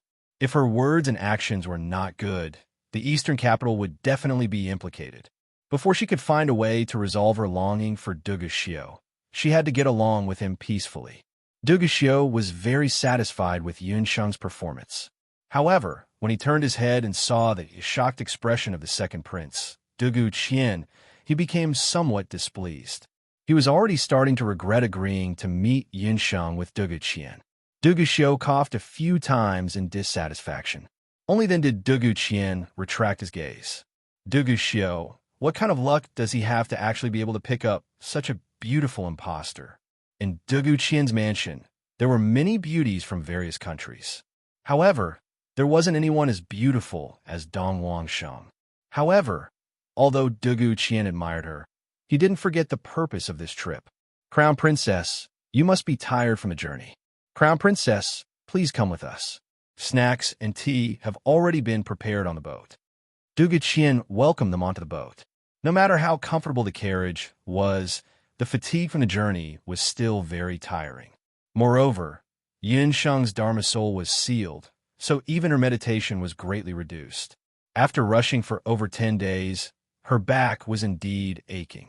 After drinking a few mouthfuls of tea, Dugu Qian started to chat with them. Different from Dugu Xiu's indifference and taciturnity, the second prince, Dugu Qian, was very good at chatting. While he was concerned about the crown prince and crown princess's journey, he also introduced the scenery along the Ao River. Yun Sheng also listened with great interest.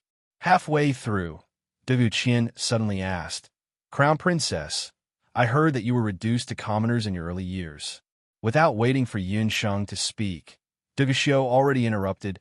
Sheng Er's life was rough. She was adopted by her foster parents when she was young. However, her foster parents had already passed away a few years ago. Dugu Xiu had already verified this with Yun Sheng. This was to prevent Dugu Qian and the other factions in later Qin from putting effort into Yun Sheng's background. Yun Sheng grabbed a snack and ate it with great relish. Dugu Xiu would take the bullet for her anyway. She could already tell that this Dugu Qian and Tang Yuan's second prince were the same kind of people. They were the classic type of people who hid a knife behind a smile. I see that Crown Princess doesn't seem to know martial arts. Dugu Qian still didn't give up. Dugu Qian saw that Yun Sheng's skin was soft and tender, and the joints of her hands and feet were also very petite. He could tell at a glance that she had never learned martial arts. In a large country like later Qin that revered martial arts, it would undoubtedly be very embarrassing if the crown princess didn't know martial arts.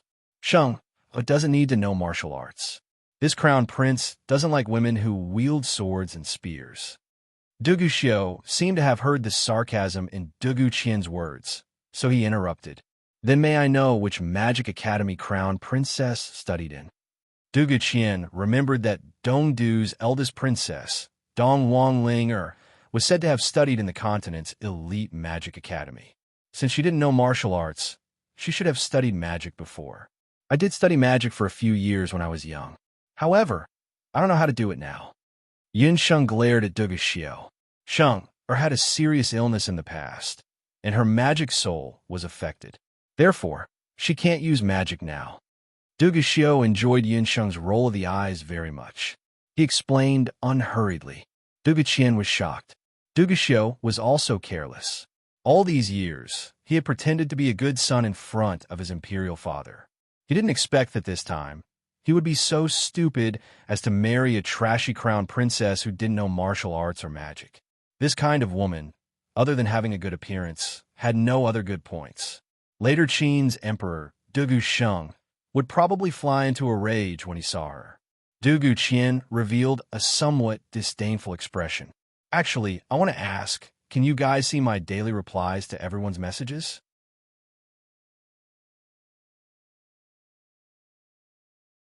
Chapter 859. Seeing that Yun Sheng was being looked down upon, Dugu couldn't help but get angry. Second brother, Sheng is my woman. She doesn't need to know magic or martial arts. Or do you think that I can't even protect my own woman? Your Highness, don't misunderstand. I was just curious. With your Highness around, the Crown Princess naturally doesn't need to learn anything. However, compared to the women your Highness took in earlier, the Crown Princess is really different. Dugu Qian smiled and didn't say anything else. Dugu Xiu frowned at the side. Dugu Qian's intentions were really vicious. He didn't have the slightest intention of going tit for tat when he spoke. In fact, he had figured out the background of the future Crown Princess with just a few words. Since her adoptive parents were dead, she had no one to rely on. There was no need to worry about any power behind her. If she didn't know martial arts or magic, she would be the biggest good-for-nothing. Not only that, Dugu Qian also pointed out that there were many women in Dugu Xiu's mansion with ulterior motives. As a woman, she couldn't change her nature of being jealous. As the crown prince of the later Qin, Dugu Xiu had many women in his mansion. Many of them were snatched from Dugu Qian and other princes and important officials. Although these women were not important to the princes, they were like family assets that could be used to show off. Dugu Xiu had always been domineering and arbitrary, snatching other people's women. Dugu Qinka had always held a grudge against him in his heart. Taking advantage of this opportunity, he could take revenge. Yun Sheng, on the other hand, looked as if she did not fully understand. She did not interrupt the conversation between the two of them from beginning to end. She only cared about eating her pastries and drinking her tea. Only when she heard Dugu Qian's final words did she pause. Dugu Xiu, you have many women? As Yun Sheng spoke, her eyes flashed like the sparkling surface of a river. Her voice was soft, but it was rare for her to have such a good tone. But Dugu Xiu felt goosebumps all over his body when he heard it. He couldn't help feeling guilty and said stiffly, "Those were sent by others. Don't worry, I'll take care of them." Dugu Xiu didn't forget that Yun Sheng's first reason for rejecting the marriage was that the man she wanted must have no one else in his heart and be with her for the rest of his life. Many of the women in the Crown Prince's residence were related to Dugu Xiu. It would be difficult to deal with them. Dugu Xiu's original intention was to settle Yun Sheng in one of his other courtyards first. He would wait until he had cleaned up the women in his residence before taking her over. Oh, it is the Crown Princess' fortune that the Crown Prince is so considerate of the Crown Princess. However, Crown Prince Consort, the Crown Prince is the future heir apparent of the later Qin. The women in his residence all have status and background. Crown Prince Consort, you should get along well with them. Dugu Qian was still fanning the flames, wishing for the world to be in chaos. Second Prince is right. Why don't Second Prince introduce them to me so that I won't offend them and embarrass the Crown Prince? Yun Sheng put down the pastries and asked in a tone of asking for advice. It had to be said that Yun Sheng's feminine side was extremely lethal. Even Dugu Qian's heart fluttered when he saw it. He thought to himself, this little girl is a natural seductress. When I defeat Dugu Xiu, I'll capture you and vent my anger. Dugu Xiu saw the lecherous look in Dugu Qian's eyes, and his gaze turned cold. As the future mistress of the Crown Prince's residence, Crown Princess should know more about your sisters. There are more than 200 concubines and maids in the Crown Prince's residence. Among them, there are 10 who have titles. Of these 10, 3 have the most important status, Dugu Qian said. Speaking of the beauties in Dugu Xiu's residence, Dugu Qian was a bit envious. Imperial brother really knows about the matters in the Xiu residence. You don't even remember me. So I've already taken in more than 200 concubines. Dugu Xiu's tone was so cold that it could freeze someone to death. Dugu Qian felt a chill in his heart. They were only women. Was there a need for Dugu Xiu to be so angry? Second Prince is a male guest. Let this servant explain the matters in the Crown Prince's residence one by one. It's also this servant's fault for being busy during this period of time and not being able to explain to the princess. Madame Qi held a cup of warm wine and considerately poured wine for Duguxiu and the others.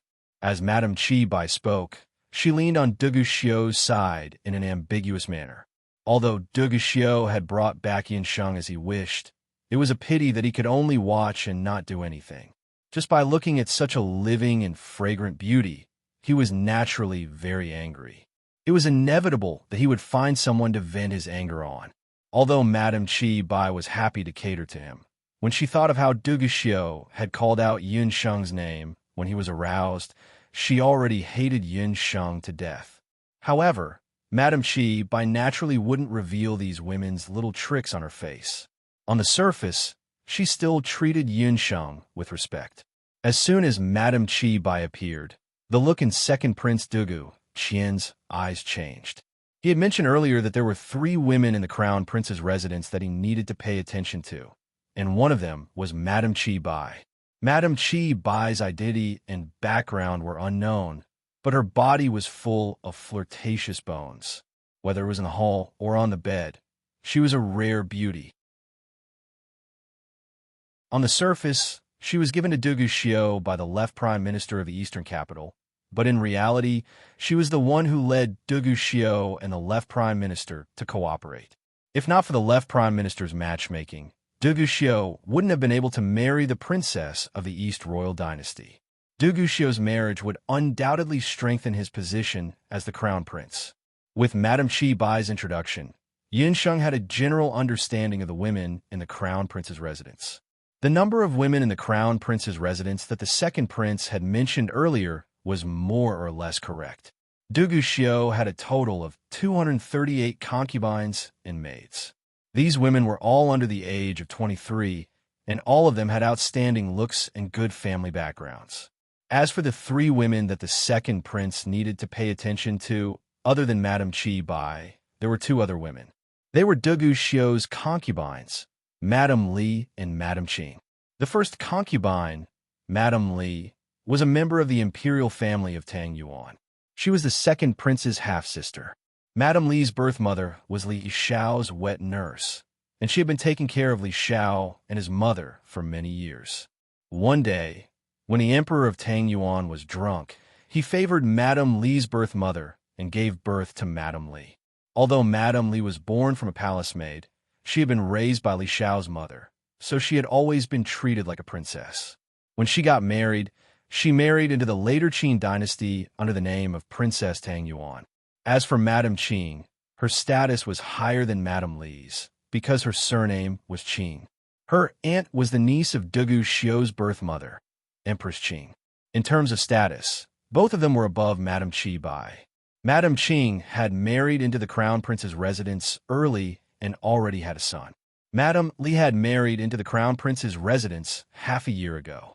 She was young and beautiful, so Duguxiu doted on her.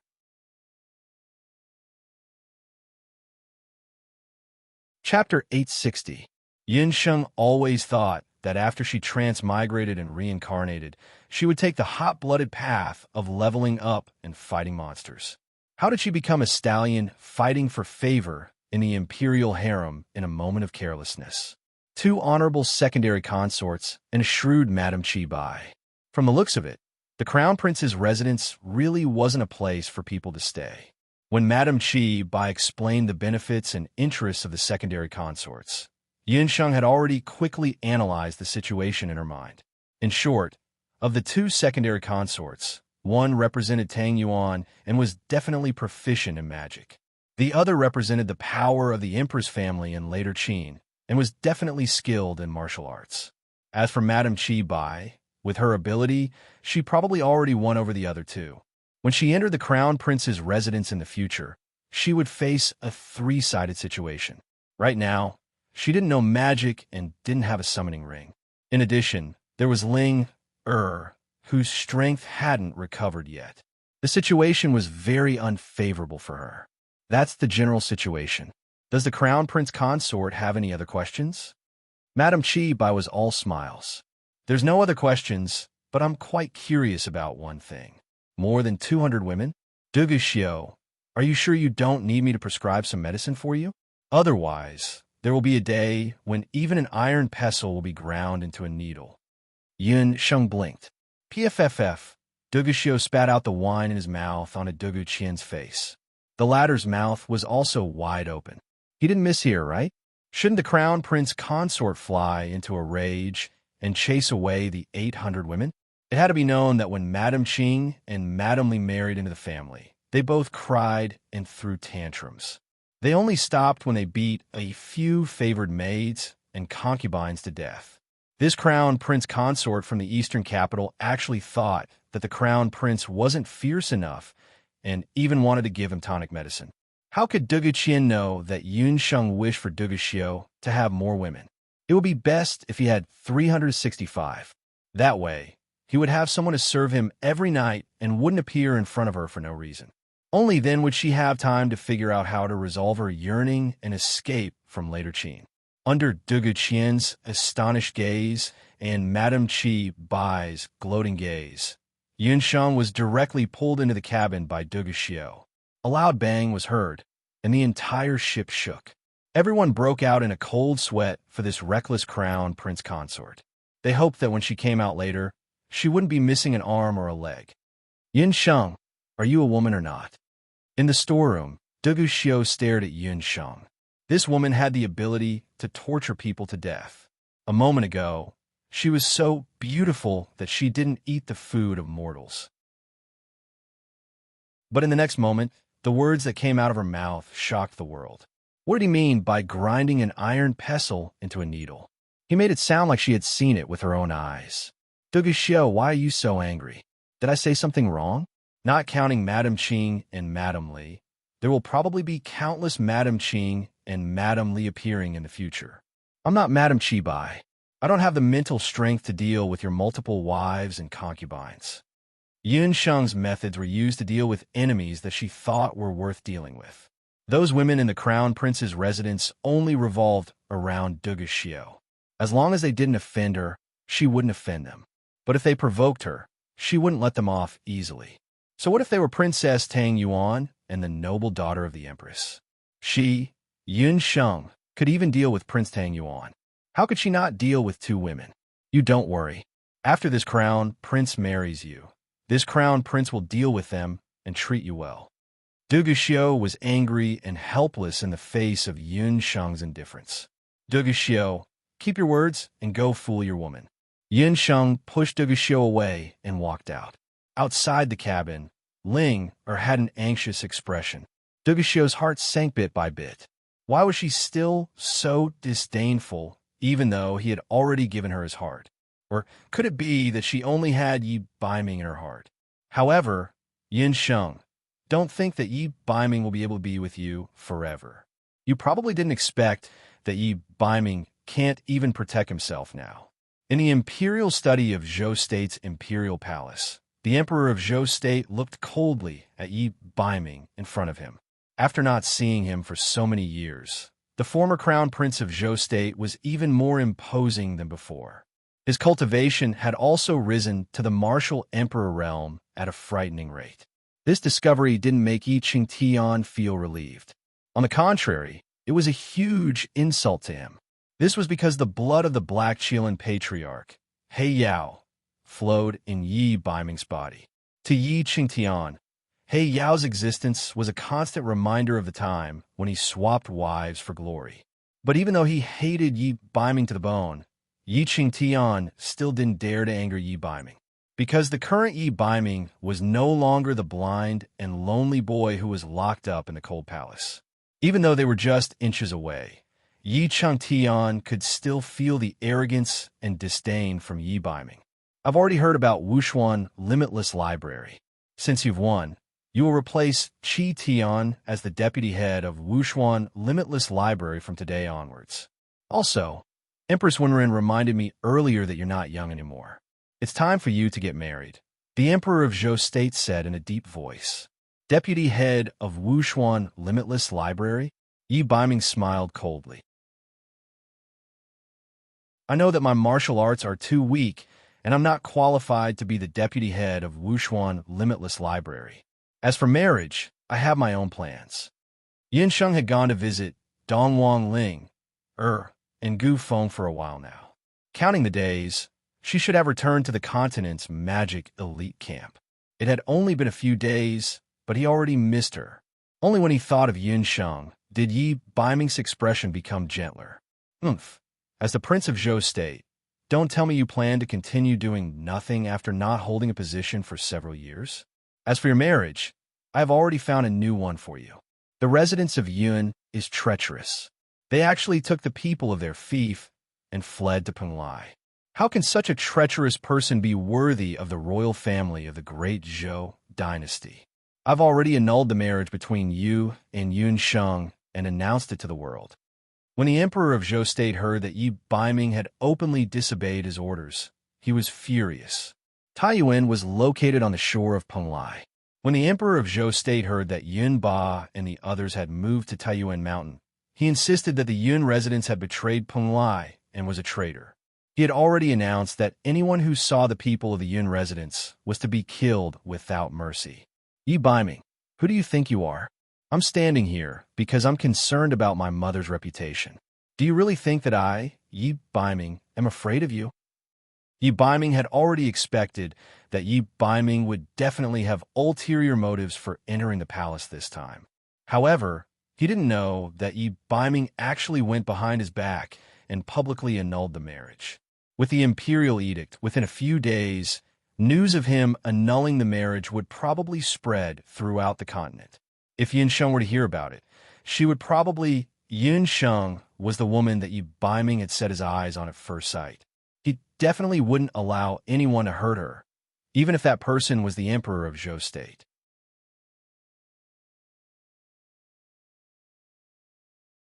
Chapter 861. The Emperor of Zhou State was also a martial sage. The father and son were at each other's throats. Suddenly, the entire imperial study was in a mess. The Night Emperor's face was dark and murderous. Yi Baiming's warrior energy was getting stronger and stronger. The Night Emperor was struggling to hold on.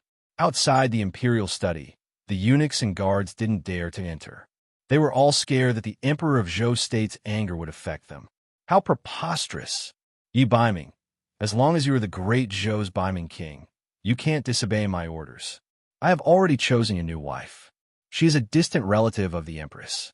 She is beautiful and also a warrior. She is 1,000 times better than Yunsheng. Just as the Night Emperor finished speaking, Empress Wenren pushed the door open and came in with a woman. Afraid of hurting Empress Wenren, Yi Baiming and the Night Emperor restrained their warrior energy at the same time. The imperial study was in a mess. Empress Wenren opened her mouth slightly and looked at the Night Emperor and Yi Baiming with a cold face. Yi Baiming looked over and saw He Linlin beside Empress Wenren. His heart suddenly lit up as he immediately understood the Night Thearcha's intentions. What a shameless old dog.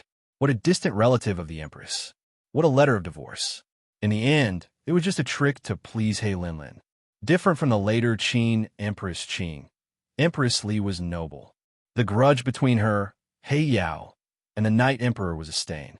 She had never mentioned it in front of Yi Baiming. When Yi Baiming was young, Empress Li's health deteriorated day by day because she had been living in the cold palace for a long time. She had a premonition that she would die soon. The day before Yi Baiming was taken away, she told Yi Baiming about it through an old maid beside her. It was also from then on that Yi Baiming started to feel estranged from Yi Di. Your Majesty, Lord Baiming, what are you? Wenren Empress was anxious when she saw that both of them were angry. Yi Di suddenly issued a letter of divorce and announced to the world that Yi Baiming had divorced Yunsheng before marriage. Empress Wenren was also baffled by this matter. Not to mention, she had gained a distant niece overnight. This was just a trap set up by the Night Thearch. Yi Baiming, we meet again. As I said, you have to marry me. He Linlin was dressed up as a warrior today. She was wearing a long green dress, swaying in the wind. Her face was delicate and pink. Even Empress Wenren couldn't find any fault with it. As soon as He Linlin finished her words, Empress Wenren's face changed. Empress Wenren had spent the past few days with this woman named He Linlin. In terms of appearance and strength, He Linlin was impeccable. If Yi Baiming didn't have a sweetheart, Empress Wenren would also approve of her marriage with Yi Baiming. But the most fatal thing was that Yi Biming already had a sweetheart. Empress Wenren also knew that Yun Sheng treated Yi Biming differently. Empress Wenren entered the palace early. When she was just a noble lady and Yi Biming was still a child, she had met him once or twice. As she had a younger brother, Wenren Xiu. Since young, Empress Wenren had the attitude of an elder sister. In those years, everyone in the palace avoided Yi Biming, saying that he was an ominous, dethroned crown prince. Empress Wenren was the only one who treated him well and cared for him as if he was her own younger brother. At that time, she still remembered that Yi Biming was unusually handsome and had an unusually antisocial personality. He was neither cold nor warm to others. Even if she gave him food and clothes, he just accepted them coldly. It was not until that time when she was ordered to attend Yun Ba's birthday banquet that she saw a different Yi Biming. Empress Wenren was just a noble concubine at that time. When she went over, Yi Biming and Yun Sheng were standing together. He was very tall, and Yun Sheng looked like a little bird standing next to him. She didn't know what Yun Sheng said at that time, but Yi Biming raised the corner of his mouth and laughed softly. At that moment, there was a charming smile in his deep eyes. That was the first time Empress Wenren saw Yi Biming smile. Only then did she know that Yi Biming could smile. However, Yi Di was arbitrary and domineering. He issued an imperial edict, and now the whole world knew that Yi Biming had divorced Yun Sheng before marriage. The rice had been cooked, and the wood had been built. Based on the temper of old Master Yun and Yun Sheng's strong character, this marriage was doomed. Your Highness, now that things have come to this, why are you still angry with His Majesty? Crown Prince Lien of the North passed away early, and North City is still small. Zhou State can only rely on you, Your Highness. Empress Wenren persuaded earnestly. Hey Linlin, no one can decide on this prince's marriage. Even without Yun Sheng, I won't marry you. Yi Biming flicked his sleeves and was about to leave. Yi Biming, if you dare to take half a step out of here, that bastard of the Yun family won't live to see tomorrow. Yi Di snorted coldly. With one sentence, Yi Biming stopped. Yi Di was vaguely reminding him of Yun Sheng's background. Only a few people knew that Yun Sheng was a descendant of Celestial Fox. Now that the 8 Wastelands blood seal was unstable, they urgently needed the blood of a descendant of the 8 Wastelands to stabilize it. If Yun Sheng's identity was exposed, she would become the public enemy of the entire continent. Yi Biming, why do you have to reject this marriage? There are many benefits for you to marry me. If you still like that one surnamed Yun, I don't mind letting her be a concubine. Hei Linlin glanced at Yi Biming and thought to herself, it was a pity that Yun Sheng had already become Dugu Xiu's woman.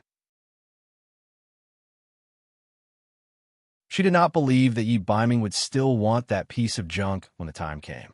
From Hei Linlin's point of view, although Yi Biming was extremely angry today, his dashing brows and gray eyes contained a sharp light. His cold appearance was very similar to her father, Hei Yao. The man she wanted should be like this. Compared to the men of the Black Qilin race, Yi Biming was undoubtedly an absolute expert. When Hei Linlin looked at him, her heart couldn't help but waver. However, when her gaze met Yi Biming's, she was hurt by the disdain in his eyes. Yi Biming's gaze was cold and emotionless. He wasn't interested in anything that Hei Linlin said. He, Yi Biming, could get what he wanted by himself. You may be willing, but I'm not. I'll only marry Yun Sheng in this lifetime. Yi Biming sneered and glared at the Zhou State's emperor. He pursed his thin lips and suddenly smiled. Yi Qingtian, remember, some threats can only be used once.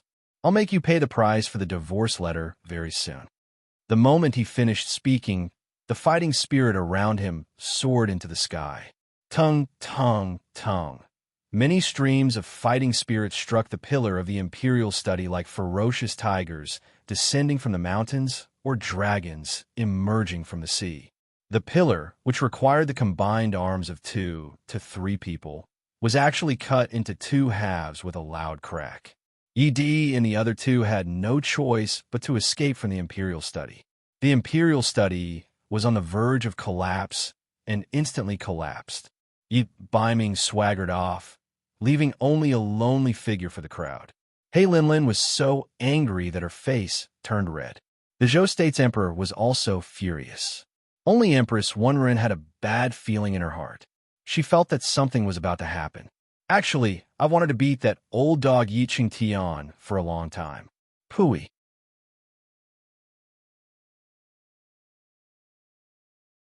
Chapter 862. During this period of time, Taiyuan Mountain, which was located on the shore of Penglai, was very lively. The fishermen on the beach hadn't seen anyone enter or leave Taiyuan Mountain for many years. However, ever since the purple cloud on the mountain dissipated, people started to enter Tuan Mountain one after another. A few days ago, a large group of hunters was stationed in the mountains.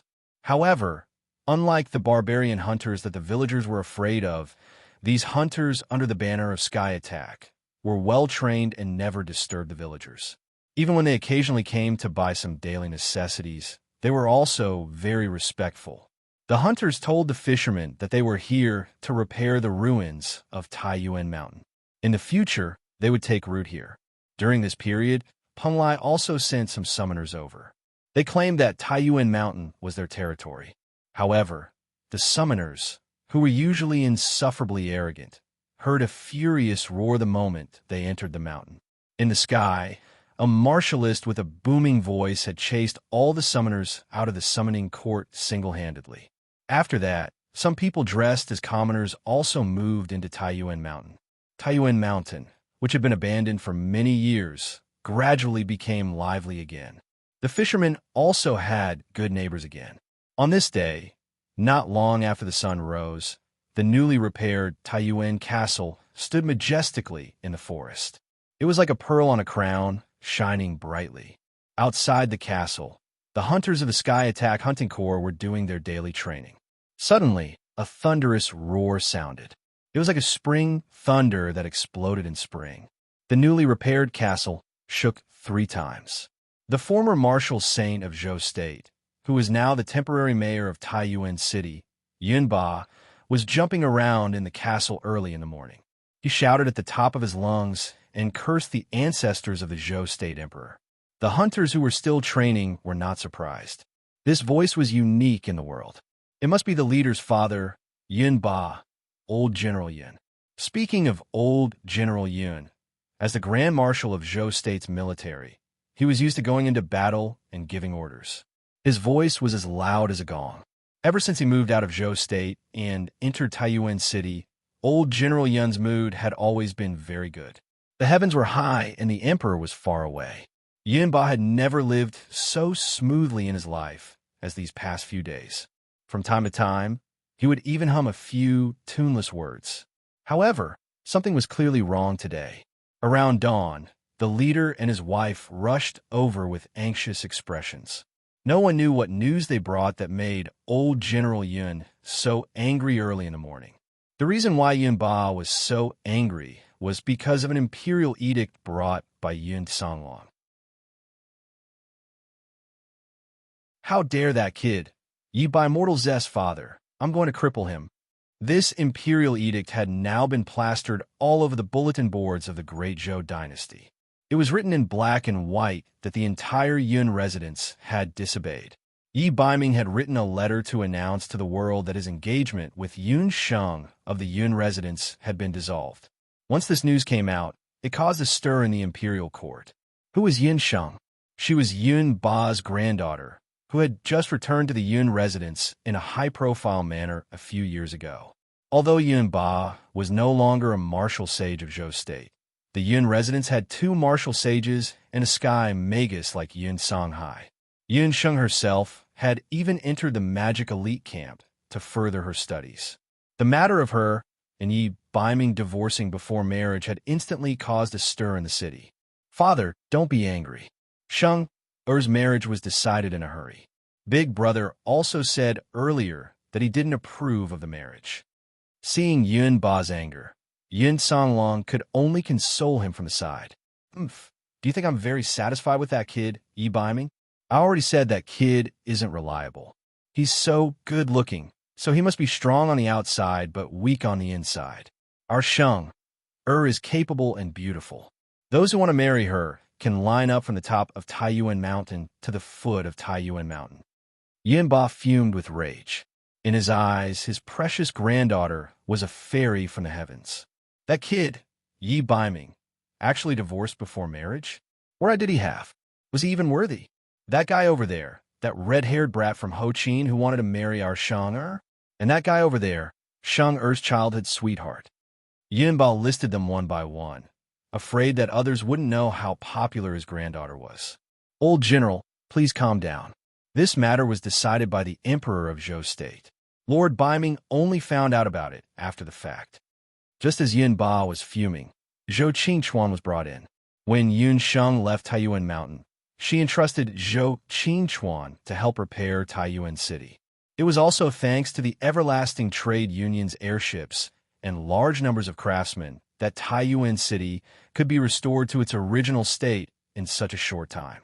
Zhou Qingchuan and Yun Ba were already very familiar with each other. Seeing that there were outsiders present, Yun Ba couldn't flare up anymore. However, he still had a belly full of anger towards Yi Baiming. Don't try to persuade me. This old man just doesn't like the father and son from Great Zhou. Yi Changtian is an ingrate. How good can his son be? Yun Ba's anger flared up the moment he said this. Old General Yun, I came here today to persuade you. I won't hide it from you. Lord Baiming and I can be considered close friends. Here is a letter that he wants me to personally pass to Yun Sheng. However, I don't have any news about Yun Sheng, so I can only pass this letter to the two of you. I hope that after reading this letter, you will understand Lord Baiming's intentions. After saying this, Zhou Qingchuan took out a letter. Zhou Qingchuan had only found out yesterday that Yi Baiming had divorced Yun Sheng before marriage. At that time, his shock was no less than that of the father and son from the Yun family. He even went to personally question Yi Baiming. Zhou Qingchuan didn't hide anything and told Yi Baiming about his feelings towards Yun Sheng. Lord Baiming, although we are business partners, I have always seen you as a brother.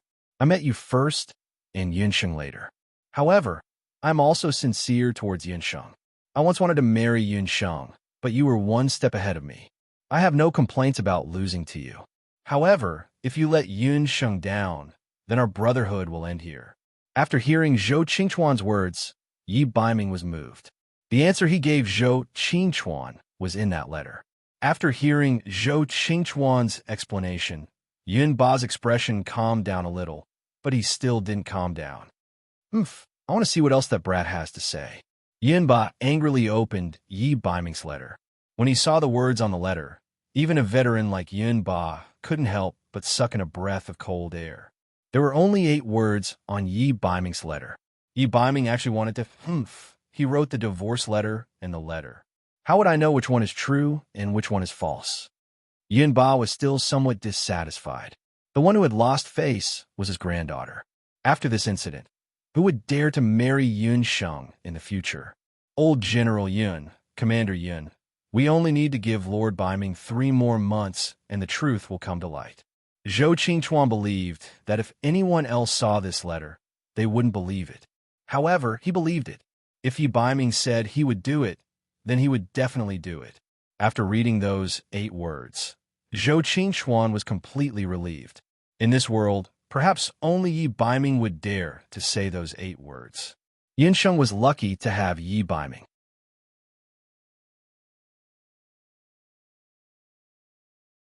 Chapter 863. After Zhou Qingchuan left, the father and son of the Yun family were both speechless and lost in their own thoughts. Father, why did he give the North Nether King 3 months? This son thinks that the North Nether King isn't a heartless person. Yin Sanlong had interacted with Yi Baiming a few times before and had a good impression of Yi Baiming. That brat better keep his word. Otherwise, this old man won't let him off, even if I have to risk my life. However, since that dog of an emperor dared to publicly humiliate the Yun residents, it's time to teach him a lesson. Yun Ba stroked his beard as a malicious smile appeared on his face. Yi Qingtian, you dog emperor. You can bully anyone, but you shouldn't bully this old man's granddaughter. I'll let you see the consequences of offending me, Yun Ba. Yun Sheng didn't see Yi Baiming's letter. Divorcing before marriage and announcing such a big matter to the world, Yun Sheng, who was trapped in the later Qin, was completely unaware. After Crown Prince Dugu and his entourage passed through Ao River, they headed straight for later Qin's Fengdu.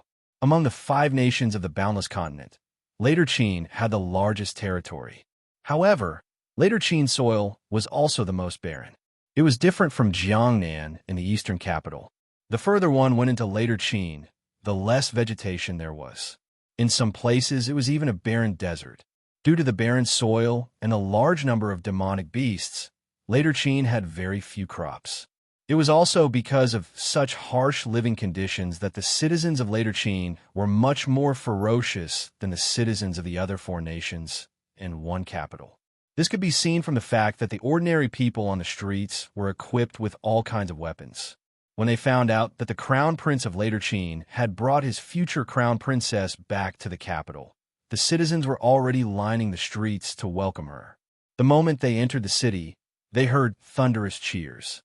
From time to time, there would be shouts of "Long live the crown prince" and "Long live the crown prince." Even though they were separated by the curtain of the phoenix carriage, Yun Sheng could still see the crowd on the streets, their cheers thunderous. It was hard to tell that Duguxiu was quite popular in later Qin.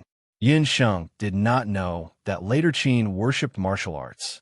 For the people of later Qin, they looked down on the weak and chased after the strong.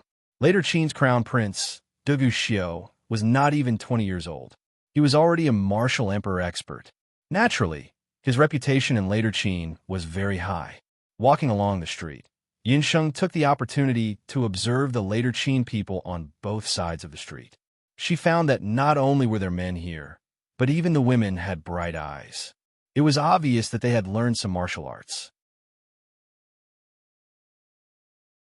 Even some children in the crowd who were only a few years old had cultivation equivalent to that of a martial arts student in Zhou State. What a terrifying later Qin. As expected, everyone is a soldier. Compared to the later Qin, the people of Zhou State are too weak. Yun Sheng couldn't help frowning. She was born in Zhou State. Although the dog emperor of Zhou State wasn't very virtuous, he couldn't help but be biased towards the people of Zhou State. Under the welcome of the crowd, the phoenix carriage had no choice but to slow down and turn into a fork in the road. Yun Sheng looked at the side of the road and saw a magnificent building that took up half of the street. It was still far from the imperial palace. What was the origin of this building? Just as Yun Sheng was thinking, a voice beside the carriage said, "That is the Big Dipper Martial Arts Hall. It is the #1 martial arts hall in later Qin." Later Qin's Big Dipper Martial Arts Hall and Zhou State's Wushuan Wuji Martial Arts Hall were known as the 2 largest martial arts halls in the country. These 2 places were also the main training grounds for martial artists in later Qin and Zhou State.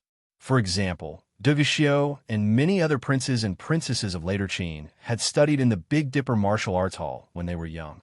The person who spoke was Duguxiu. After he entered the city, he changed to a pure black horse and rode at the front of the carriage. He greeted the people of later Qin while slowing down and following beside the phoenix carriage. Duguxiu explained, but Yun Sheng didn't reply. In the eyes of the people of later Qin, it was as if Crown Prince Dugu was accompanying the Crown Princess to tour the imperial capital. In this way, it created the illusion that the Crown Prince and the Crown Princess were very loving. Duguxiu's explanation was one thing, but his expression was neither hot nor cold. He also maintained a distance from the phoenix carriage. Due to Yun Sheng's understanding earlier, Duguxiu had a cool expression on his face the entire way. He wasn't even willing to say a word to Yun Sheng. The escorting blood iron guards were also on tenterhooks, afraid that the crown prince would vent his anger on them if he was unhappy. Duguxiu was a martial arts maniac.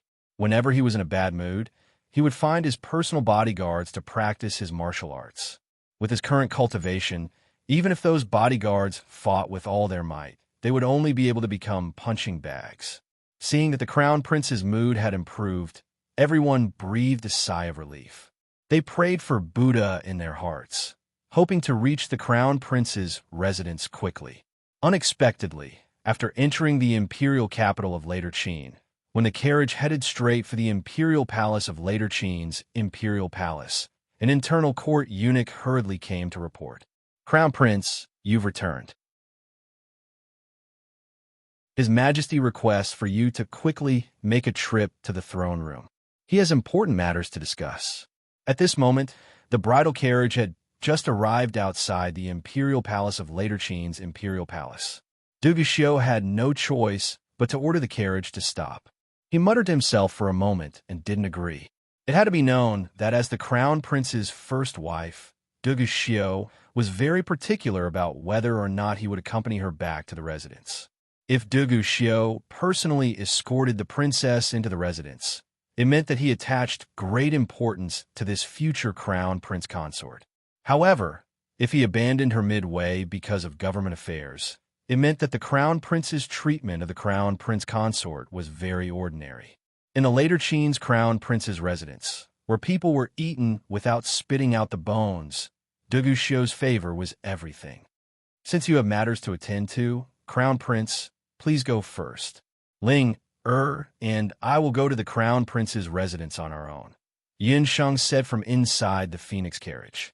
This woman really didn't have the slightest bit of self-awareness.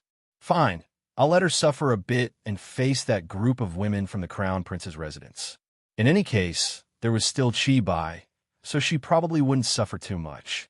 Du Guxiu's expression darkened as he unwillingly led the group of people and galloped away. In the carriage, Madame Qi Bai witnessed this scene and revealed a scheming smile. She quietly called for her personal maid.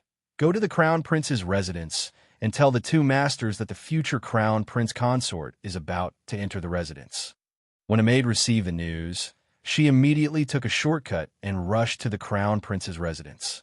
Yin Sheng had just arrived at Yang capital, so she didn't know much about the imperial capital of later Qin and the imperial minaret palace. The phoenix carriage continued to move forward and entered the imperial palace. Unlike the other countries on the continent, the later Qin's residences, whether it was the crown prince's residence or the princes who had received titles, were all built in the imperial minaret palace of later Qin. Later Qin's Emperor Du Guxiu's residence was located to the east of the imperial minaret palace. Du Guxiu's crown prince residence was located to the west, and the princes with meritorious service lived to the south. The northernmost resided the untitled and underage princes and princesses. The crown prince's carriage had just entered the main entrance of the imperial palace when the atmosphere in the residence was already tense. In the two courtyards of the crown prince's residence, two women had already received the news.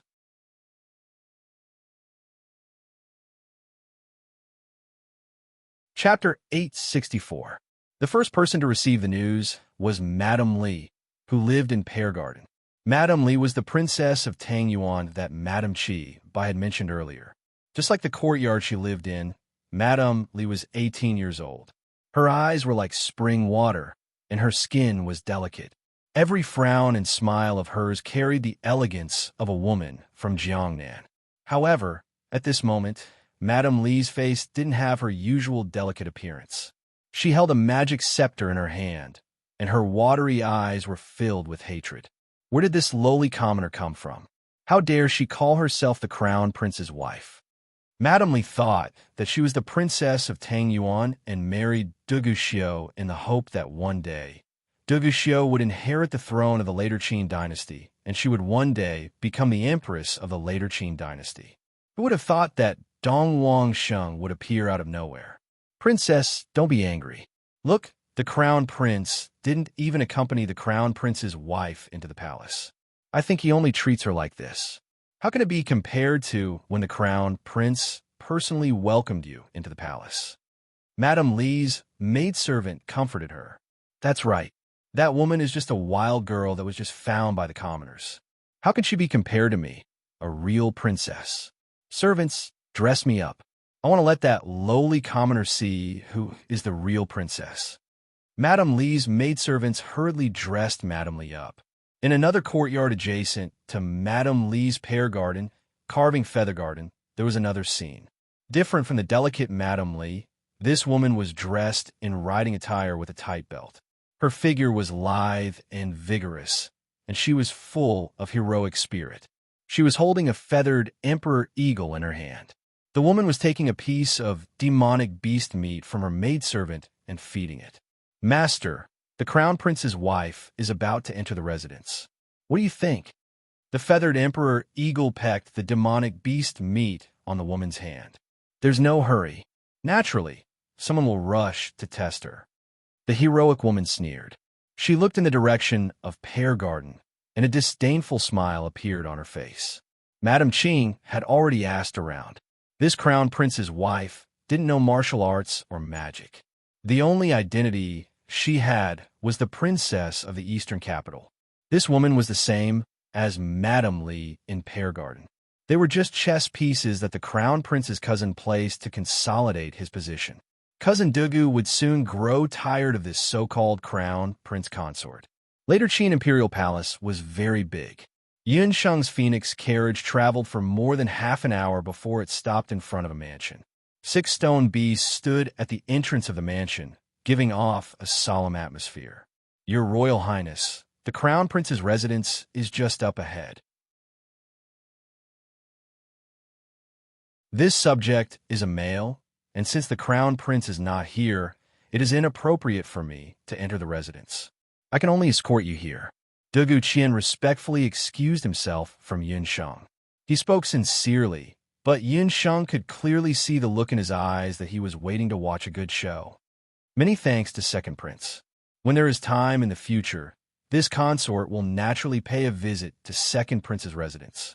Yun Sheng's back was already aching from sitting in the carriage. Right now, she just wanted to get off the carriage and rest. On the way here, Yun Sheng had seen everything clearly. Later, Qin Imperial Palace was easy to defend and hard to attack. Every 10 steps, there would be a sentry, and every 20 steps, there would be a sentry. The security was very tight. If one wanted to escape, they would need to plan carefully. After making a turn, the Phoenix carriage finally stopped. Yun Sheng and Dongwang Ling, who got off the carriage. The moment Dongwang Ling got off the carriage, her brows were tightly knitted together. What's going on? The crown prince consort is actually going to enter the residence at such a place? The imposing entrance was already gone. It was no wonder that Dongwang Ling's expression changed. The place that she and Yun Sheng were currently at was actually a very inconspicuous side door of the crown prince's residence. A horse-faced and big-footed old woman was standing at the entrance. "Greetings, Princess." The head steward said that Princess has been rushing all the way here and has already prepared a courtyard for Princess. "Princess, please follow this old servant inside." The big-footed old woman took a glance behind Yun Sheng. Other than Dongwang Ling, who was disguised as a maid, there weren't any other guards or maids around. From the looks of it, the guards and maids looked very cold. Of the 2 consorts in the residence, which one of them didn't have a palanquin carried by 8 people when they entered the residence.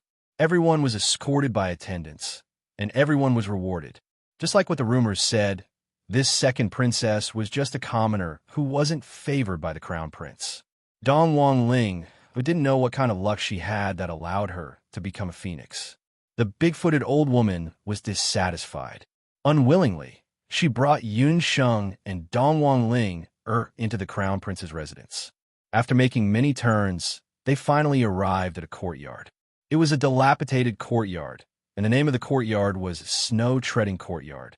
This Snow Treading Courtyard was just like its name.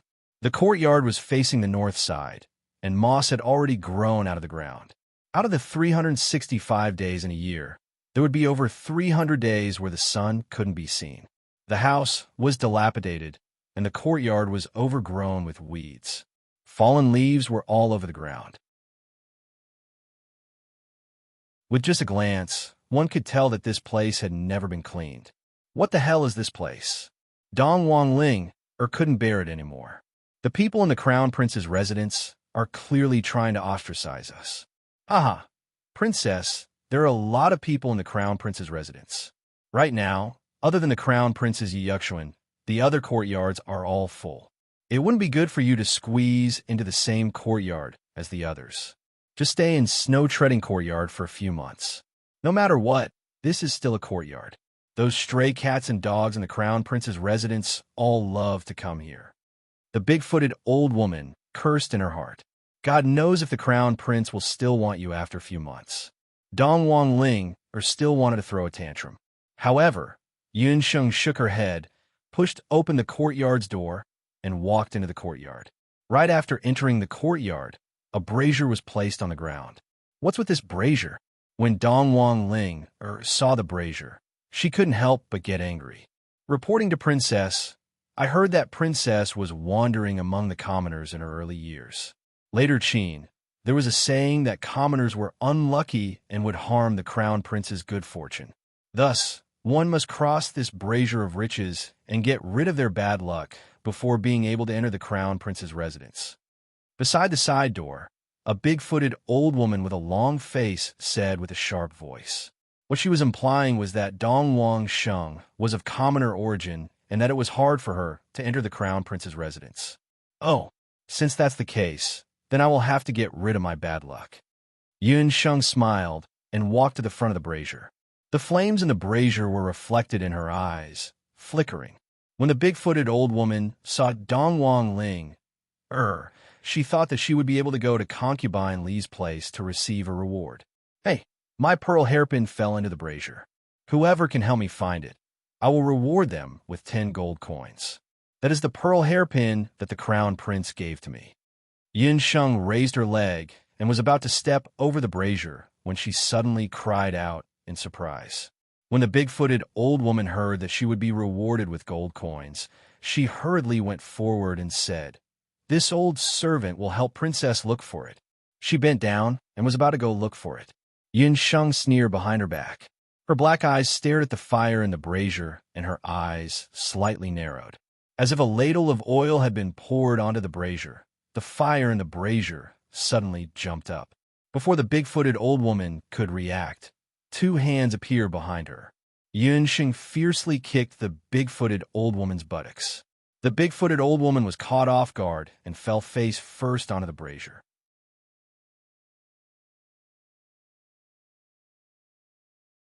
Chapter 865.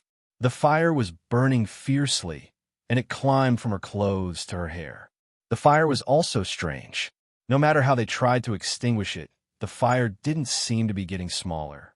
On the contrary, it was getting bigger and bigger. The big-footed woman was screaming from the fire, and the skin on her face was getting burned. "It's burning me to death. Help!" The big-footed woman screamed and rolled on the ground, trying to extinguish the fire on her body. "Aya, this is bad. Quickly, put out the fire." Right after Yin Sheng spoke, Dong Wang Linger immediately understood what Yin Sheng meant. While shouting for help, the 2 of them rushed forward. They kicked one after another, stomping and kicking the woman. Although the 2 of them hadn't recovered their magic power, they didn't forget the skills they learned from the dark gold rank teacher. They kicked the vital parts of the woman. They were ruthless and accurate. The big-footed woman was already screaming in pain from the fire.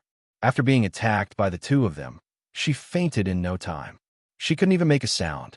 The few people who had been lying in ambush outside the snowy gardens, waiting to watch the show, heard the commotion and quickly rushed in. Outside the courtyard, a series of messy footsteps could be heard. Someone rushed in. The person in the lead was a young lady wearing a pear blossom green smoke shirt. She had an arrogant expression on her face. When she entered the courtyard, she saw the brazier overturned and the big-footed woman's face was burned beyond recognition. She instantly frowned. "How dare you beat Nanny?" The young lady raised her eyebrows and reprimanded angrily. This big-footed woman was an etiquette instructor that she brought into the Crown Prince's residence.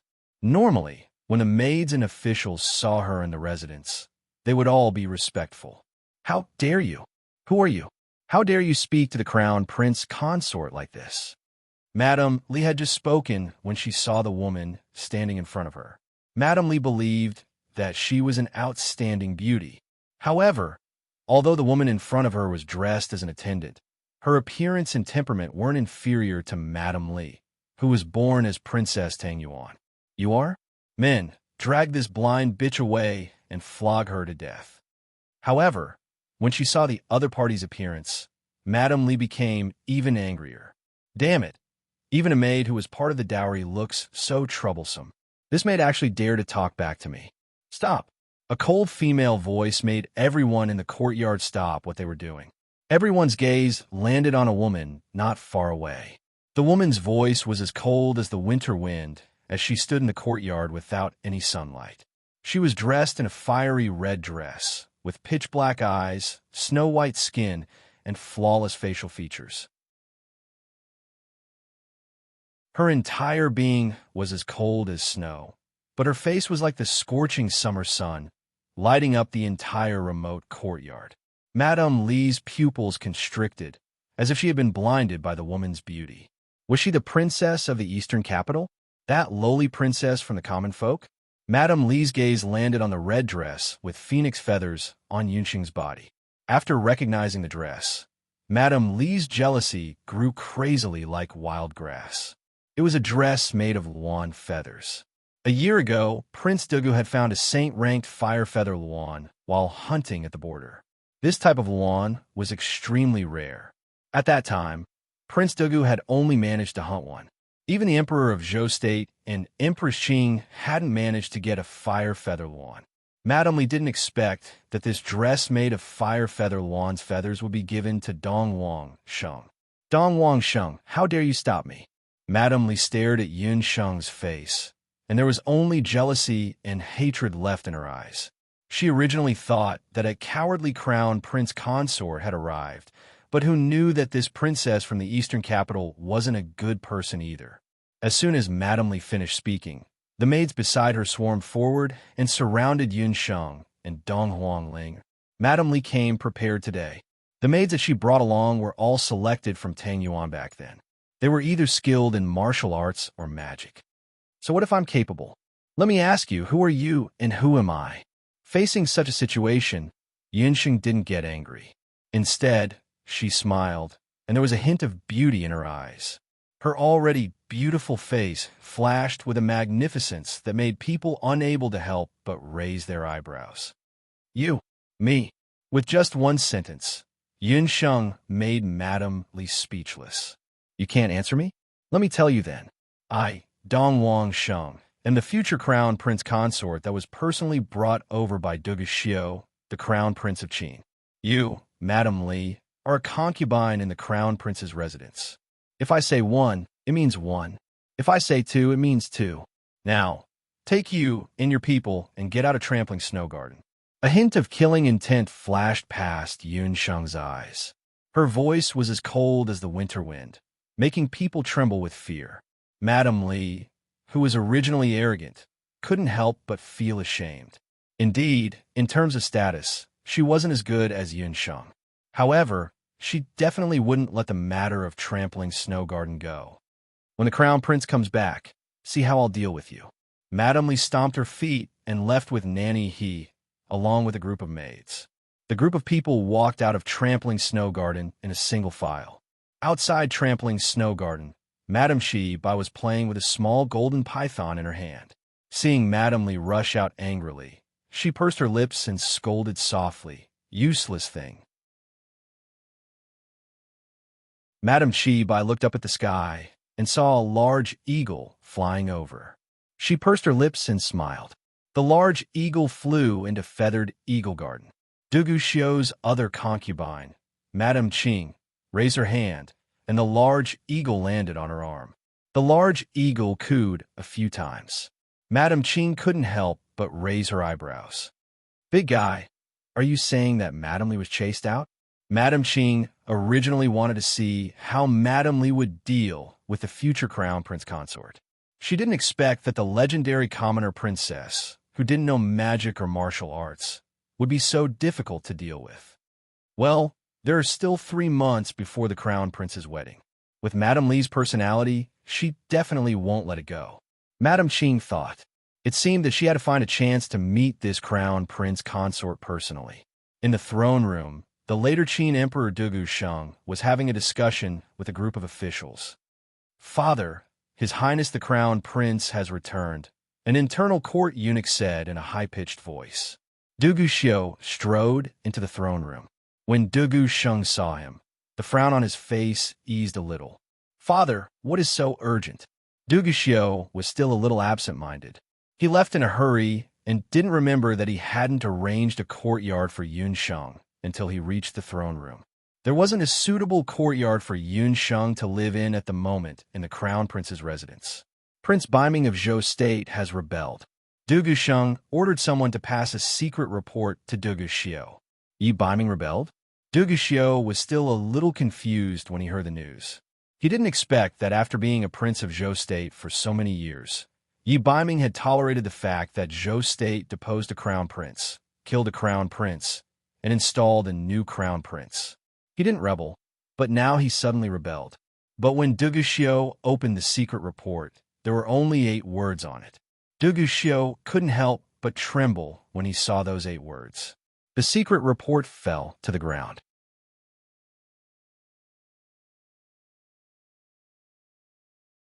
Chapter 866.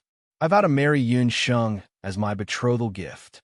Later Qin, when Duguxiu saw the words on the secret letter, his eyes were filled with anger. What a Yi Biming! What a Biming! What a Biming! What a Biming! What a Biming! What a Biming! What a Biming! What a Biming! After waiting for so many years, Yi Biming finally couldn't take it anymore. He swore to marry Yunsheng as his betrothal gift. In this world, other than Yi Biming, there was no one else who could write such lofty words. When Duguxiu saw this news, he was surprised but also felt that it was reasonable. But to the other people of the boundless continent, it was inconceivable. A few days ago, something happened in Zhou State that made the entire boundless continent talk about it. The North Nether Monarch of Zhou State divorced Yunsheng before marriage. However, this matter was not a big deal. As a son of the royal family, there were many cases of him falling in love with someone else. However, that wasn't the most explosive part of this incident. The most recent explosive part was that people only found out after the incident that Zhou State's Lord Biming had divorced his fiancée. It wasn't voluntary. He had been forced to do so. Furthermore, the North Underworld Lord of Zhou State was an infatuated man. In a fit of anger, he actually rebelled. In the history of the boundless continent, Yi Biming was the only one who could rebel so brazenly for a woman. Later on, if the Qin Emperor was able to find out about the 8 words on the secret report, then it was likely that the other countries and major powers had also found out about it. Even the commoners had begun to spread rumors that Lord Biming of Zhou State had rebelled. Who was Lord Biming of Zhou State? He was the youngest martial emperor of Zhou State and the dethroned crown prince of Zhou State in the early years. Why did he rebel? It wasn't for anything else. It was because the emperor of Zhou State didn't agree to his marriage with Yunsheng, so he simply rebelled. It was said that a man would fly into a rage for a woman. This time, Yi Biming clearly wanted to use the entire Zhou State to show his determination to Yunsheng. Duguxiu's heart was in a perilous situation. He hadn't expected Yunsheng to vent her anger on Yi Biming after He Linlin had forced the emperor of Zhou State to annul the marriage. He thought that the Yunsheng would vent her anger on Yi Biming and make her give up. He thought, He Linlin's, who knew that Yi Biming would actually use such a method to give him a beautiful counterattack. But who is this Yunsheng? According to the rumors, she seems to be the eldest granddaughter of the martial saint general. When the Emperor of Qin saw the 8 characters, he was shocked. More than that, he was thinking about how to take advantage of the internal strife in Zhou State to benefit from it. However, Duguxiu and the other officials in the later Qin court were also curious about who could make the dethroned crown prince, who had endured for many years, fly into a rage. What kind of beauty and gentleness did the woman have to be to make Yi Biming of Zhou State so infatuated? But if the woman only had an outstanding appearance, it would be foolish of Lord Biming of Zhou State to fly into a rage for her. Duguxiu thought so, and so did most of the other forces on the continent. They didn't know that if Yunsheng's true identity was revealed, her status and power would be no less than Yi Biming's. Although the residence of Yun had declined and was expelled from Zhou State, Yunsheng's identity was very important. She was the youngest master of the Ci Tong, the deputy commander of the Heavenly Hunting Troop, and now the lord of Taiyuan City. No matter which identity she was, it was enough to make the continent change its color. Unfortunately, Yinsheng was a low-key person. When she did things, she had always been secretive and secretive. Therefore, the outside world's understanding of her was only that of the eldest legitimate granddaughter of the Yun family. They all thought that she was still under the protection of Yun Ba and Yun Songlong. But one thing was certain. The culprit of the rebellion in Zhou State was that woman named Yun Sheng. Later Qin Emperor Dugu Sheng would never know that Yun Sheng, who plunged Zhou State into chaos, was now in Dugu Xiu's crown prince residence. Dugu Xiu was depressed to hear this. Yi Baiming's move had completely disrupted his plan. Right now, many forces on the continent were inquiring about Yun Sheng, hoping to capture Yun Sheng to threaten the residence of Yun and Lord Baiming. It seemed that he had to be very careful. He couldn't let anyone know that Donghuang Sheng was an imposter. Even though his heart was in turmoil, Dugu Xiu's expression remained unchanged. Imperial Father, this son thinks that this is an excellent opportunity. That's right. Strictly guard the borders and monitor the movements of Zhou State's garrison. My son, I'll have to trouble you for a while. Your wedding is near, and I'm afraid you'll have to neglect Princess Donghuang. How about this? I'll hold a banquet in the palace in 3 days. You can bring the princess and the other women to the palace. Dugu Sheng just remembered that today was the day Dugu Xiu would welcome the dowager concubine into the residence. Dugu Xiu was still in his cavalry uniform. Obviously, he hadn't entered the residence yet. As the emperor, Dugu Sheng had heard a thing or two about the women in the crown prince residence. As a father, he had to take the opportunity to meet his daughter-in-law. Yes, your majesty. Dugu Xiu was also guessing the situation in the crown prince residence. Yi Baiming had rebelled. This must not reach Yun Sheng's ears. In the crown prince residence, Yun Sheng, who had become a femme fatale in the eyes of the people on the continent, had no idea. After Yun Sheng and Donghuang Linger drove Madame Li away, the two of them breathed a sigh of relief. She's just a Saint Magus. If it weren't for the fact that we can't use our magic, she wouldn't have the chance to be so arrogant. Donghuang Linger was a little discouraged. She felt that she was just a paper tiger that could be easily broken.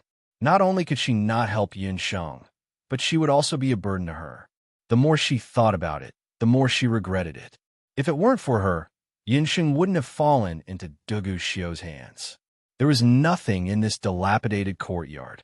It wouldn't be an exaggeration to describe it as a house with only 4 walls. It's fine. Yun Sheng looked around. Linger, let's tidy up the courtyard first. It's much more useful than you think. Linger didn't think much of it. What's so special about a dilapidated courtyard? The two busied themselves for a while. It was only around sunset that they finished tidying up the courtyard. It was barely habitable. Dugu Xiu returned to the crown prince's residence. Just as he entered the residence, he heard the sound of crying. Madame Li's eyes were red and swollen. She sobbed and jumped into Dugu Xiu's embrace. She was like a pear blossom in the rain, her small face full of grief. Crown Prince, you must seek justice for Huali. Madame Li's surname was Li Huali. She had tears in her eyes, and she looked like a pear blossom in the rain. What's wrong? You and Qingqiang are fighting again. Dugu Xiu was in a bad mood because of Yi Baiming's matter. When he saw Li Huali's appearance, he felt a headache. The group of women in the crown prince's residence were all very strong. This was especially true for Li Huali and Qingqiang. The two of them usually formed cliques. In the residence, as long as he stayed in one of them's rooms for an extra night, the next morning, the other person would come looking for him. Arms akimbo, we foxes are very strong. Everyone, happy winter solstice. Thank you to the people who have been tipping me for the past few days. Thank you to everyone for tipping me.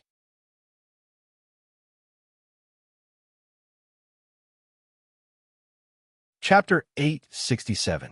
Right now, Dugu Xiu's mind was filled with thoughts of taking a look.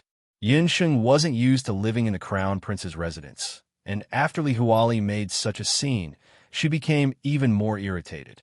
Crown Prince, it's not Qingqiang, It's her. It's Princess Dong Wang who just entered the residence. Granny he was kind enough to send her to a new courtyard, but she purposely made trouble for her. Just because she is the future crown prince's wife, the moment she entered the residence, she severely injured Granny He. After all, she is Huali's nanny. Li Huali used a good tactic. While crying, she ordered the servants to carry Granny He over. Granny He was burned by Yun Sheng's spirit hellfire, and she was kicked and beaten by Dongwang Langer. Luckily, Li Huali used an elixir to save Granny He's life. However, the burns caused by the spirit hellfire couldn't be healed by ordinary elixirs, especially when Granny He's head was facing downwards at that time. Her entire head was lying on top of the brazier. Right now, Granny He's body was badly mutilated, and it was too horrible to look at. Li Huali didn't believe that the crown prince wouldn't teach Dong Huang Sheng a lesson when Granny He was in such a state. Duguxiu looked at Granny He with disgust, then asked in a deep voice, "Where is the princess?" Seeing Duguxiu's expression, Li Huali thought that he was going to teach Dong Huang Sheng a lesson. Thus, she quickly smiled and said, "She and her servant are in the snow garden." Who knew that when Duguxiu heard that, his expression became as cold as the winter's frost. His lips that were as thin as a blade squeezed out a few words. "Where did you say she is?" "Snow garden, that kind of place? Is it a place where people can live?" Although Duguxiu wasn't in the residence most of the time, he knew everything that happened in the crown prince's residence like the back of his hand. Normally, he didn't say anything because he was too lazy to care about these trivial matters between women. Moreover, Madame Chi Bai was there. With her around, no matter how much trouble there was in the crown prince's residence, they wouldn't be able to do anything. However, he didn't expect that Li Huali would be so blind as to let Yun Sheng stay in the snow garden. Snow garden was the most remote place in the north of the crown prince's residence, and it was the place where the servants who didn't follow the rules were locked. Previously, there were also some concubines who didn't follow the rules, and they were executed in the snow garden. Snow garden. That place. That place. Duguxiu's expression changed. Taxia garden. Li Huali sensed that something was wrong from Duguxiu's tone. The crown prince seemed angry. That's not right. She must be mistaken. Since the crown prince abandoned that woman and let her return home alone, he shouldn't like that woman. Who gave you the guts to let her live there? Duguxiu roared angrily. He kicked Mama He in the chest, and there was a terrible sound of internal organs bursting. Mother He's eyes rolled back, and she immediately stopped breathing. "Men, go to the snow treading garden." Duguxiu's entire body was wrapped in cold air. He glanced at Li Huali maliciously and led a few attendants towards the snow treading garden like the wind. Li Huali was so scared that she trembled. She had never seen the crown prince so angry before. In the dark, a large condor flew up and returned to the feathered condor garden. "Congratulations, master." This time, Li Huali has suffered a big setback. Qing Chang's attendants were happy. What is there to congratulate? Let's go and take a look at the snow treading garden. It seems that there is a need to meet the new princess. Qing Chang's expression wasn't very good. She was Duguxiu's cousin. She had grown up with Duguxiu since he was young. She thought that she knew this crown prince well, but she didn't know him well. When he abandoned Dong Wang Sheng at the entrance of the palace, it showed that he didn't care about that woman. However, he was so angry tonight, and it seemed that Qing Chang sensed that Dong Wang Sheng was very special to Duguxiu. This woman might become the biggest obstacle to her becoming the Empress of the later Qing dynasty. If she was sure of this, she would definitely take action to get rid of Dong Wang Sheng. Duguxiu and the others quickly walked towards the snow treading garden. If it wasn't for Yun Sheng, Duguxiu would probably never come to a place like the snow treading garden. Along the way, they didn't even see any illumination spells. Under the dim yellow light, the cold and desolate little courtyard seemed a little bleak. Duguxiu couldn't help but stop. He felt a bit nervous. He regretted abandoning Yun Sheng in the morning. He pushed open the door and was about to enter the courtyard. Whoosh! A row of cold lights swept past. Duguxiu's eyes narrowed. He nimbly jumped back and dodged the row of cold lights. He then took another step forward. Who knew that a green mist would suddenly spurt out? Just by looking at the color of the mist, one could tell that the mist was poisonous. Dugushio snorted. He waved his sleeves, and his sleeves swelled up. His duki was like a flood, cleanly swallowing the mist. Dugushio dodged quickly enough. However, one of the guards behind him wasn't so lucky. He was coincidentally hit by a hidden thorn. His face turned pale, and he lost consciousness. He then fell onto the ground. Dong Huangsheng, what the hell are you doing? If it wasn't for the fact that the decorations in the courtyard didn't change much, Dugushio would have really doubted if he was still in the snow-treading garden.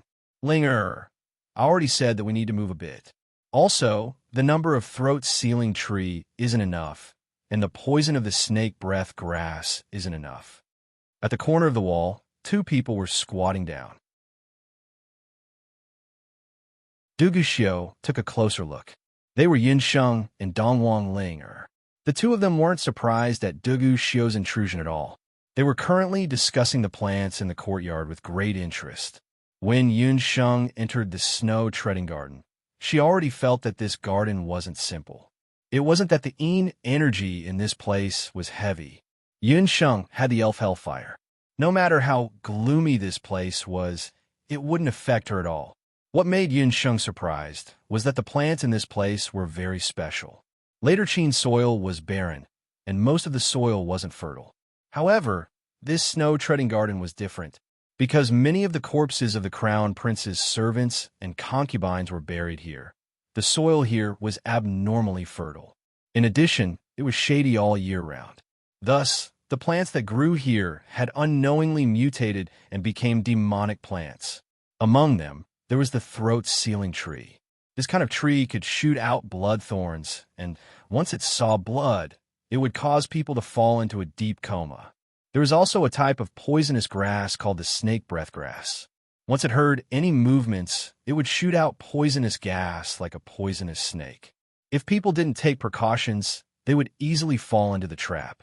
Not only that, Yunsheng also placed all kinds of traps that she learned in Banana Leaf Village in the past, in every corner of the snow-treading garden. In just one afternoon, the snow-treading garden changed from the most gloomy and eerie courtyard in the Crown Prince's residence to the courtyard with the most traps. Even when Dugushio entered, he didn't pay attention and almost fell into Yunsheng's trap. "Io, Your Highness, I'm really sorry. I forgot to place a signboard at the entrance. From today onwards, the Crown Prince is not allowed to enter. Women are not allowed to enter." Yunsheng took a glance at Dugushio. Seeing that Dugushio's face was filled with anger, she was secretly delighted. "Dugushio, don't think that just because you snatched away my summoning ring and sealed my soul, I won't be able to deal with you."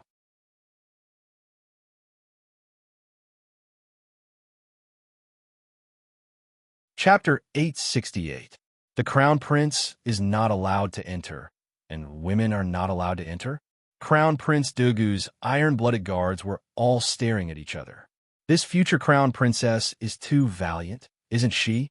Those women in the Crown Prince's residence. Which one of them isn't like flies that saw a rotten egg, wanting nothing more than to nail the Crown Prince to death every day?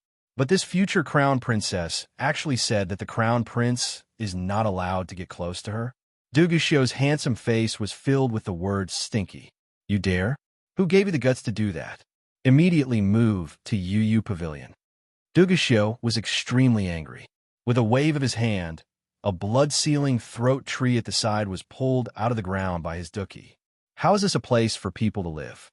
Could it be that if he wanted to see her again in the future, he would have to go to this damned place again? Dugushio's roar could be heard from 1 li away. Just when Qingxiang walked into Trample's snow garden with her 2 maids, she heard the thunderous roar. A trace of astonishment flashed past her eyes. Cousin Dugu actually wants that woman to live in Yu Pavilion? How is this possible? Dugushio likes peace and quiet, and there are only 2 maids in his courtyard. Normally, without Dugushio's summons, other women are not allowed to enter Yu Pavilion. Not to mention spending the night. Dugushio would always go to each of his concubines' courtyards alone and leave before the sun rises. This rule was something that even Madame Chi Bai couldn't change. But this woman called Dong Huang Sheng has just entered the residence, and her cousin Dugu Xiu want her to move into Yu Pavilion. Qingqiang's heroic eyebrows were tightly knitted together, and she felt even more uneasy. She stopped outside the courtyard and looked at the mess on the ground and the unconscious guard. Her expression became even more gloomy. What a Dong Huang Sheng. Seems like I have underestimated this woman.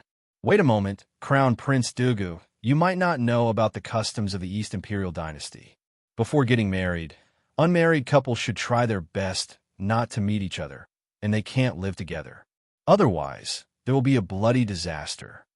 Dong Wang Ling blocked in front of Yin Sheng. Dugu Xiu was at a loss for words. He really wanted to sweep Dong Wang Ling away. What kind of dog's hit rule is this? Am I supposed to marry a woman that I can only look at but not eat for 3 months? Cousin Crown Prince, Qingxiang has also heard that the Dongwang dynasty has such a custom of marriage. The princess was new here, so she must not be used to it yet. Cousin Crown Prince, don't disturb the princess. A crisp female voice drifted in from outside the courtyard. A woman in red walked in. The woman was very good-looking. Compared to Tang Yuan and Li Huali, she had a different style. She was tall and voluptuous, and her beautiful eyes were full of charm. At first glance, one could tell that she had practiced martial arts. Yin Sheng didn't need to ask to know that this woman was Dugu Xiu's cousin, the other concubine of the Crown Prince's residence, Madame Qing. This woman came at the right time, but Yin Sheng didn't think that this person would be so kind as to help her. But no matter what, at least this woman's appearance helped her out. The Dongwang dynasty really has such a broken rule. Dugu Xiu's face was filled with disbelief. This time, he had seen it clearly. He shouldn't have developed any tender feelings for Yin Sheng, this naughty girl. To put it bluntly, even if he threw her into a pile of rocks, she would still be able to grow a towering tree full of vitality. It's better to believe it than not. Cousin Crown Prince, don't be anxious. The princess will marry into the family sooner or later. Qingxiang glanced at Yun Sheng. Under the light, a trace of jealousy flashed past Qingxiang's eyes. It was still fine when she didn't see Yun Sheng, but when she saw her, even her intestines were about to explode from jealousy. What a beauty with jade-like bones and ice-like skin. She had heard that the princess of the Dongwang dynasty was a beauty, but when she saw Dongwang Sheng today, the word beautiful was far from enough to describe her. She had already changed out of her eye-catching fire lawn dress and was now wearing a plain green robe. She didn't have any extra hairpins or accessories in her hair, only a simple white jade hairpin. Her bright eyes and red lips were a perfect match for her. There were many beautiful women in the Crown Prince's mansion, but only Dongwang Sheng had the aura of a southern woman and the heroic spirit of a northern woman. Even in front of the imposing Dugu Xiu, she still did things her own way. This boldness had already made Qingxiang very angry. But jealousy was one thing. Qingxiang thought about it again. No matter how beautiful a woman was, her youth was fleeting. In another 10 years, Dongwang Sheng would still be a beauty past her prime. She didn't know magic or martial arts. Such a person, even if she had Dugu Xiu's favor and could have a place in the Crown Prince's mansion, would never be able to have a place in the later Qin palace. She had already heard from her concubine that the later Qin emperor had set up a banquet to entertain Princess Dongwang 3 days later. This banquet was said to be a banquet, but in fact, it was for Dugu Sheng and Empress Qing to test their future daughter-in-law. As long as Dongwang Sheng was humiliated in front of everyone, her cousin would definitely dislike her. Qingxiang secretly made up her mind. She decided to go to the palace tomorrow. Although he didn't believe Yin Sheng's words at all, considering that Yin Sheng was still waiting to get married, Dugu Xiu didn't want to force her. Under Yin Sheng's insistence, Dugu Xiu could only give up the idea of letting Yin Sheng move in with him. However, he still ordered many maids and guards to tidy up the snow-treading court overnight. According to the specifications of Yu Garden, he gave Yun Sheng a set of everything. In just one night, Everyone in the Crown Prince's mansion knew that the Crown Prince had kicked concubine Li's wet nurse, Nanny He, to death for the sake of the new Crown Princess. Concubine Li heard that she didn't sleep well the whole night and cried in Pear Flower Garden. Although Duguxiu was temporarily stopped by the customs of the East Imperial Dynasty, there were so many guards outside the courtyard all of a sudden. It was impossible for her to do anything even if she wanted to. On the second day after Yunsheng moved into Taxia Garden, Madame Qi Bai, who had been missing for a long time, came to visit. Your Highness, I really deserve to be beaten. Yesterday afternoon, I rushed back to the mansion and was busy with a lot of work. I actually forgot to arrange a courtyard for your Highness. Madame Qi Bai was also a smart person. She was still fighting with Yunsheng just a while ago. Now that she came to visit, she acted as if they were sisters meeting. She even brought a lot of clothes and jewelry, saying that it was a meeting gift for Yunsheng. Seeing this, Dongwang Ling was very disdainful. Did this woman come to visit or to show off? She wanted everyone to know that she was the one and only mistress of the Crown Prince's mansion. Although Qing Xiang and Li Huali's status was higher than Madame Qi Bai's, in terms of real power, the two of them were still somewhat inferior to Madame Qi Bai's. Then, we'll have to trouble Madame Qi Bai. However, Ling and I have been here for a day and are bored out of our wits in the courtyard. We want to go out and take a look. Yunsheng smiled as she received Madame Qi Bai's gift.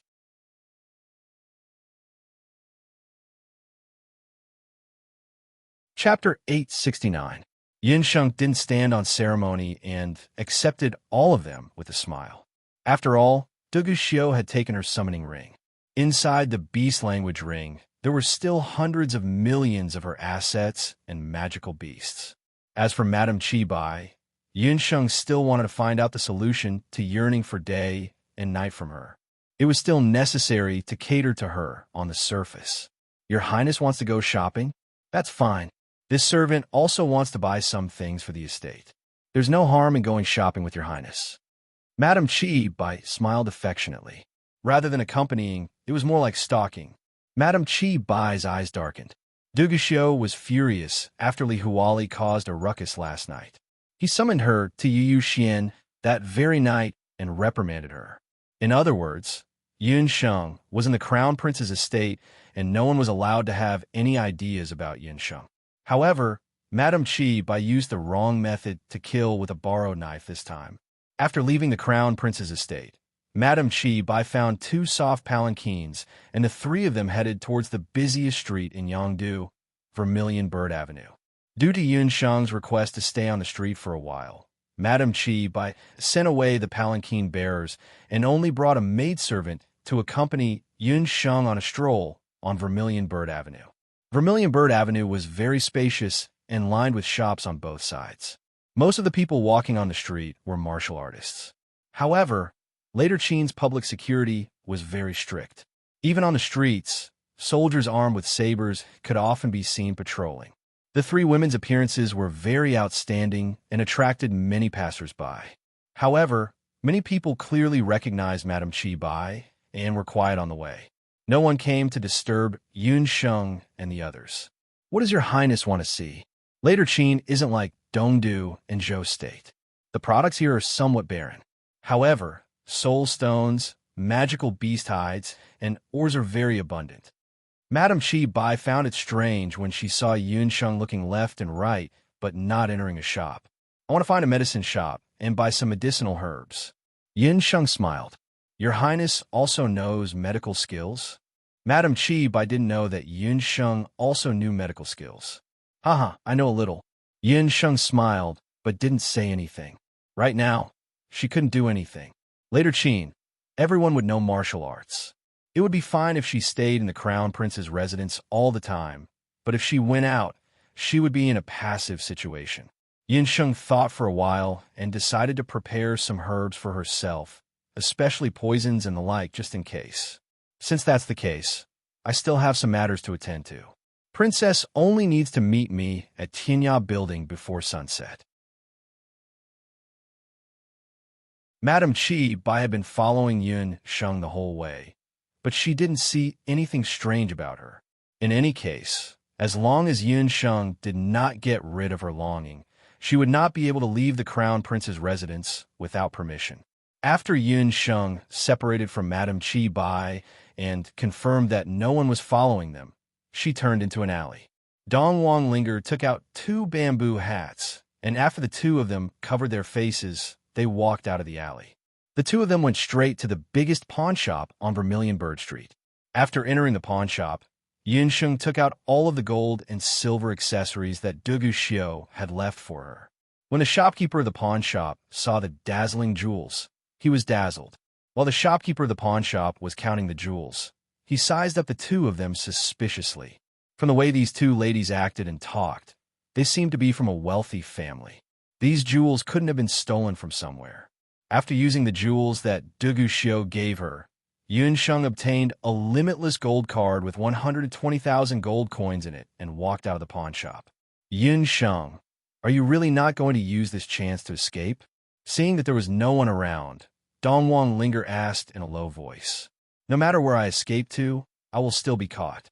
For the past few days, Yun Sheng had been researching here and there. However, she was still unable to find any clues. Yun Sheng and Dong Wang Linger went to a few medicine shops and bought some medicinal herbs. Yun Sheng also asked around about the limitless gold card. However, in the medicine shops in later Qin City, not a single person had heard of the limitless gold card. When the 2 of them arrived in front of a weapon shop, Yun Sheng could hear the sounds of hammering coming from inside the shop. Then, she indicated for Dong Wang Linger to go in and take a look. Linger, right now, the 2 of us don't have any magic on us. We need to think of a way to defend ourselves. You go and choose a weapon, and I will also choose a suitable weapon to defend myself. The weapon shop that Yun Sheng and Dong Wang Linger entered was the biggest weapon shop in later Qin City. This weapon shop was very unique. It was divided into 2 parts, the inner part and the outer part. The inner part was used for forging. When standing outside, one would be able to hear the sounds of hammering. The outer part of the weapon shop was divided into many rows. There were armors, weapons, oars, and so on. In later Qin City, martial artists liked to use all kinds of weapons. Even when women went out, they would also secretly carry some self-defense weapons with them. Therefore, the business of this weapon shop was very good. Yun Sheng and Dong Wang Linger both liked to carry some small concealed weapons with them. These concealed weapons, if they were to carry some poison on them, they would become good self-defense weapons. After looking around, Dong Wang Linger chose a small and exquisite golden snake waist whip. The braid on the waist was very intricate, and when the braid was wrapped around the waist, it looked just like a belt. Yun Sheng, on the other hand, didn't manage to find a suitable weapon. Feeling somewhat resentful, she prepared to leave the weapon shop. Ladies, did you not find a suitable weapon? Seeing that Yun Sheng didn't buy any weapons, a manager of the weapon shop walked up to them.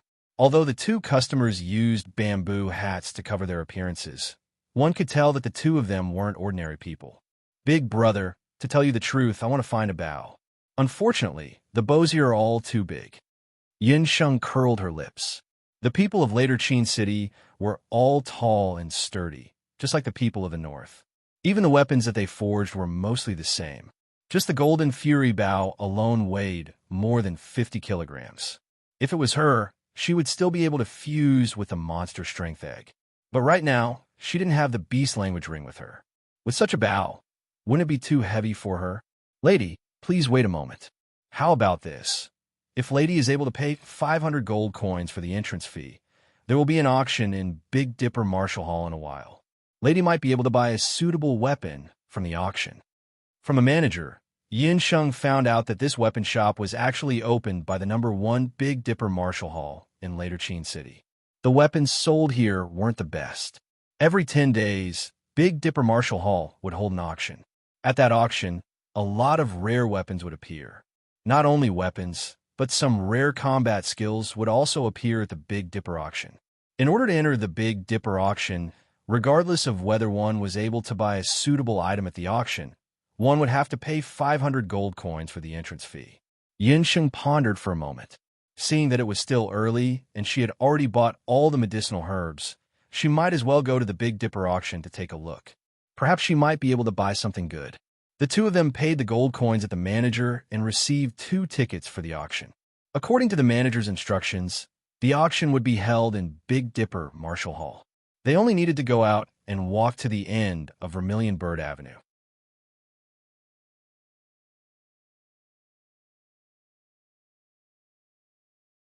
Chapter 870. Yun Sheng and Ling had already been strolling around for quite a while. After they bought the tickets, the sky had already darkened. On Vermilion Bird Street, most of the shops had already closed their stalls. Only at the end of Vermilion Bird Street, in front of a dojo that had 7 unique buildings, was the place that was brightly lit. Since Madame Chi Bai didn't make an appointment with them for an hour, Yun Sheng and Dongwang Ling decided to go back after watching the auction. Not long after Yun Sheng and Dongwang Ling got close to Big Dipper Dojo, the sound of beast hooves could be heard from the other side of Vermilion Bird Street. On Vermilion Bird Street, which could accommodate 3 horse carriages, a silver beast carriage galloped over. The carriage stopped in front of Tianyao Building, and a person slowly got down from the carriage. That person was wearing a very loose red robe, and his face was also completely covered. Although his appearance couldn't be seen, a pair of extremely fox-like eyes could be seen. The men who passed by that person couldn't help but turn their heads and take a few more glances. That person waved his hand, and the coachman who was driving the carriage jumped down and carried a bag from the carriage. The bag was bulging, and it seemed like something was stuffed inside. The red-robed person carried the bag and went to a room on the 2nd floor of Tianyao Building. The rooms of Tianyao Building were very hidden, and every room had a magic formation set up. Whatever the people in the rooms were talking about, the people outside wouldn't be able to hear. On the 2nd floor of Tianyao Building, Madame Chi Bai was tasting fragrant tea. After hearing 3 long knocks and 1 short knocks on the door, she stood up and opened the door. "You finally came." Seeing the red-robed person and the bag, Madame Chi Bai pouted her lips. It seemed like the reason why she left the residence today was to meet this red-robed person. "I'll hand her over to you. You should know how to deal with her." After the red-robed person finished speaking, he pulled off the hat that was covering his face, revealing a soul-stirring face. "Don't worry, I naturally know how to deal with her." Behind Madame Chi Bai, 2 strong maids lifted the bag and hurriedly went downstairs, disappearing into the night. Hu Linglong tidied her messy hair and drank a few mouthfuls of tea. Her eyes were probing Madame Chi Bai's body. "Silly girl, what are you looking at?" "Counting the time. We haven't seen each other for almost 10 years, right?" Madame Chi Bai complained and rolled her eyes at Hu Linglong. "I see that your face is glowing and your heart is rippling. TSK, TSK. It seems that Dugu Xiu is indeed fierce." The women of the 8 Desolate tribe were very open-minded, and they did not avoid the relationship between men and women. This was especially true for the Ba Serpent and the Celestial Fox people. These kinds of races had a special cultivation method of harvesting yin to nourish yang. When encountering a warrior with powerful magic power or tyrannical fighting aura, the cultivation side could nourish their appearance and not age, becoming more and more beautiful. One of them was the concubine daughter of the Ba Serpent tribe's chief, while the other was the beloved daughter of the Fox tribe's grand elder. They were both outstanding beauties in their tribes, and had been baptized together at the beast god altar when they were young, so they had a very good relationship. However, ever since Madame Chi Bai was sent to the Boundless Land, the two of them could only communicate through letters. A while ago, Hu Linglong suddenly contacted Madame Chi Bai and said that she wanted to make a trip to the later Qin. "Silly girl, you still have the face to talk about me. How have you been? I heard that you have taken a fancy to Green from the 9 Luan tribe." Chi Bai had also heard about Hu Linglong from her elder brother. From Madame Chi Bai's point of view, Hu Linglong was young and beautiful. Moreover, she knew the tricks of women very well. It was reasonable for her to hook up with Green. Don't talk about this anymore. I get angry when I talk about it. That brat Green doesn't understand romance at all. A few days ago, I stripped naked and climbed onto his bed. Guess what that brat did? He actually threw me into the pond along with the blanket. When Hu Linglong said this, her pair of foxy eyes were filled with anger and annoyance. Haste makes waste. Men always need to be coaxed and deceived. Don't chase after him too tightly, or else it will backfire. Was that person really in the sack just now? Chibai advised Hu Linglong. She thought of the sack that did not move at all, and there was still some curiosity on her face. Isn't it just that trash? This time, I will make her disappear completely, Hu Linglong said fiercely. She is the saintess of the celestial fox people. Aren't you afraid that the clan leader will investigate by doing this? Chibai shook her head because of Hu Linglong's madness. As long as she doesn't die, she will not give up the position of saintess. I will not have the chance to succeed as the new saintess. What is she better than me in? She doesn't know magic, except that her father is the clan leader of the celestial fox people. The most hateful thing is that the group of old fellows in the tribe still want her to marry Green. Hu Linglong's face became ugly and distorted because of jealousy. Although Hu Linglong said this, she still did not dare to make a move in the 8 Wastelands mainland. Therefore, she went around and got Green to the boundless mainland. Then, she let Chibai deal with her quietly. Are you sure you could get rid of her without a trace? Hu Linglong knew that Chibai had some power in the later Qin, but she could not help but have some doubts. Although that trash was useless, she was the saintess of the celestial fox people. Her position in the celestial fox people was above the celestial fox people's chief. If this matter was exposed, she and her father would be finished. Don't worry, I have already gotten her to a place. If I remember correctly, the saintess of the Fox clan is very beautiful.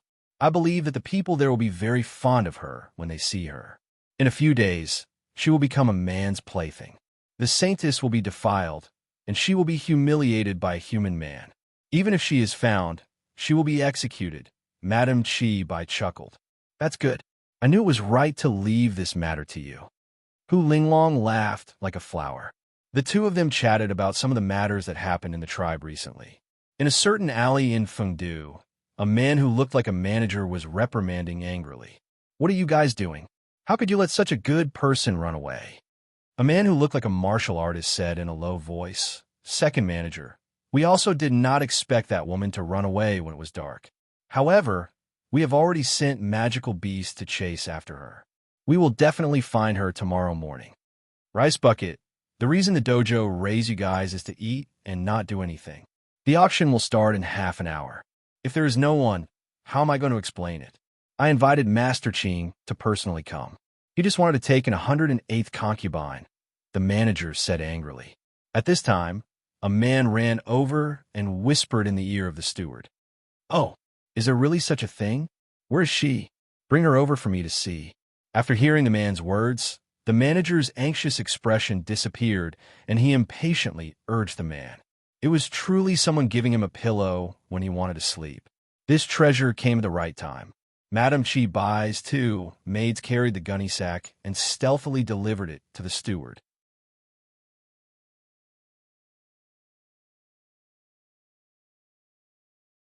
Chapter 871.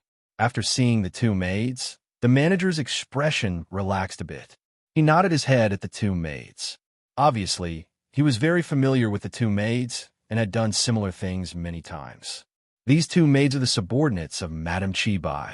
Speaking of which, he and Madame Chibai could be considered as old acquaintances.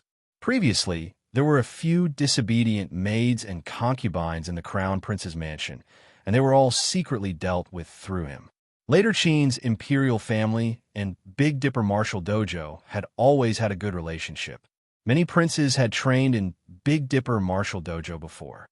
Therefore, even if Big Dipper Martial Dojo did some shady business in the dark, the imperial family would close their eyes and let it pass. However, this manager didn't expect that Madame Chibai had the ability to get her hands on such a high-quality product. Is the woman inside really the celestial fox people's woman like what you 2 said? The manager asked the 2 maids. Lord, don't worry. You will know after taking a look. After finishing speaking, the 2 maids opened the bag. Inside the bag was a woman wearing a white magician's robe. The woman's face was covered by her long hair, and her body was curled up. She had a tall figure and didn't look old. She looked to be only 15 or 16 years old. Her chest was moving up and down, and her skin was as white as snow. Her figure was graceful and alluring. Before the martial artist saw her face, he could already feel his blood boiling. He impatiently brushed away the long hair on the woman's face. With just a glance, the martial artist's eyes couldn't help but widen a bit. This woman is actually, as expected, she is an outstanding beauty. Here are 2,000 gold coins. Please bring it back to Madame Chi Bai. Next time, if there is such a good product, you must remember to leave it for us. The martial artist had already begun to imagine how much profit this woman would bring to him. From the other side of the alley, two men ran over. They carried the unconscious woman into a building.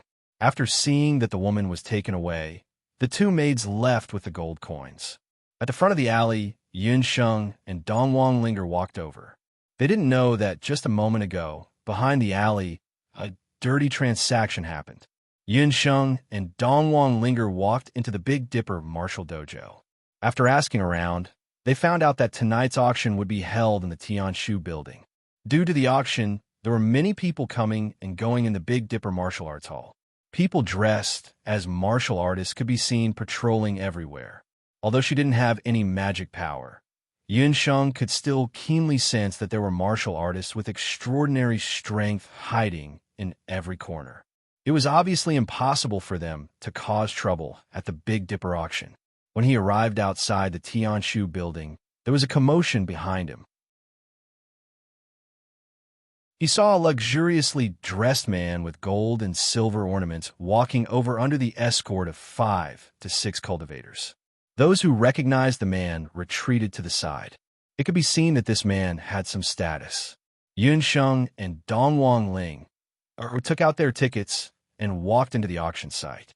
Having previously participated in the Everlasting Chamber of Commerce's auction, Yun Sheng was already very familiar with the rules of the auction. She knew that the better the goods, the more likely they would be auctioned off at the end. The majority of the people weren't interested in the first auction item. The Tianshu building was the largest and most luxurious enclosed martial arts hall in the Big Dipper martial arts hall. It could accommodate up to 1,000 people to participate in the auction at the same time. On the roof, a magic array was used to simulate the shape of the Big Dipper. Gentle starlight shone down from above, making it seem as if one was under the starry sky. When Yun Sheng and Dongwang Ling entered, there were already 500 to 600 people seated in the martial arts hall. The martial artist who was escorted in earlier was seated in the front row of the VIP seats. The person who held the auction was a burly martial artist. He was wearing a gold-colored martial artist attire with the Big Dipper embroidered on the front. When almost everyone had arrived, the gold-colored martial artist opened his mouth and announced the start of the auction. He sank his chi into his dantian, and his voice was loud like a bell. The entire auction site could hear him clearly. Respected guests, welcome to the Big Dipper auction. Tonight's first auction item is a bottle of high-grade vicious chi pills. It can instantly restore one's battle chi by more than 50%. Just like what Yin Sheng expected, in the early stages of the auction, the items that were being auctioned were all ordinary items. For example, the vicious chi pills that were only worth 1,000 gold coins or less only attracted a few bids. From Yin Sheng's point of view, the auctioneer of the Big Dipper Martial Art Hall was clearly much worse than Zhou Qingchuan's previous auctioneer.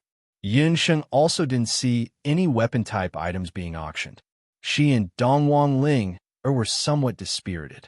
Right at this moment, perhaps because the gold-color martial artist felt that the atmosphere in the auction site was a bit gloomy, he wiped away the cold sweat on his forehead. Everyone, the next auction item is an extremely attractive item. Especially the male guests here, I guarantee that you will all be able to feast your eyes on it. While speaking, the gold-colored martial artist's eyes shone. If you have something to say, just say it. What are you being long-winded for? The man who was wearing a luxurious attire, sitting in the front row of the auction site, became impatient. Master Qing, don't be anxious. I guarantee that you will be satisfied with this item. This item, she is a person an unparalleled beauty. Her starting bid is 10,000 gold coins. Yin Sheng and Dongwang Ling took a look at each other. They saw astonishment in each other's eyes. This is too much. Didn't the continent already ban the sale of slaves a long time ago? Dongwang Ling clenched her fist and waved it around. The so-called slaves were lowly people who had lost their freedom and were sold like livestock or demonic beasts. In the boundless continent, especially in the few big countries, this kind of immoral sale of slaves had long been banned. However, in later Qin, a country with a valiant culture, compared to the other countries in the continent, due to the huge gap between the rich and the poor and the obstruction from the big clans and big nobles, some of the old systems were still not changed. Big Dipper Martial Arts Hall was also very powerful.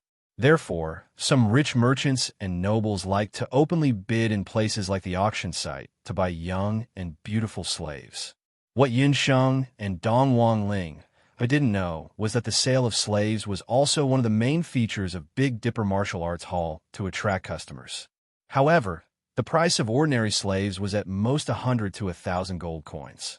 Even if there were occasionally top-grade goods, the price wouldn't exceed 2,000 gold coins. Tonight, the price of a slave was actually 10,000 gold coins. The price was so high that it caused people to be speechless. Sure enough, as soon as that martial artist finished speaking, the martial arts dojo seemed to have exploded. However, everyone wasn't cheering. Instead, they were jeering. What the hell? A slave is actually worth 10,000 gold coins? Isn't that right? Your daddy, can go to the fragrant courtyard and buy tens of women, and I don't even need 1,000 gold coins. Could it be that that woman was sculpted using the Empire's purple gold coins? Although this warrior was cursing, he still succeeded in whetting everyone's appetite. Don't be impatient. This woman isn't an ordinary person. She is a descendant of the famous Bakra orcs, a fox girl from the celestial fox tribe. After finishing speaking, that warrior clapped his hands. Sorry, everyone isn't very satisfied with the storyline recently. Big Fuzi, please make some adjustments. It's already the end of the year, and my brain is a bit muddled. Allow me to calm down that you're tuning in to the Romance Rendezvous YouTube channel. We're so grateful for your support, and don't forget to subscribe to join us on this incredible journey through captivating stories. Your generosity through donations truly makes a world of difference, as it's the primary source of revenue that allows me to expand and enhance this channel for you. Thank you from the bottom of my heart for being a part of this adventure.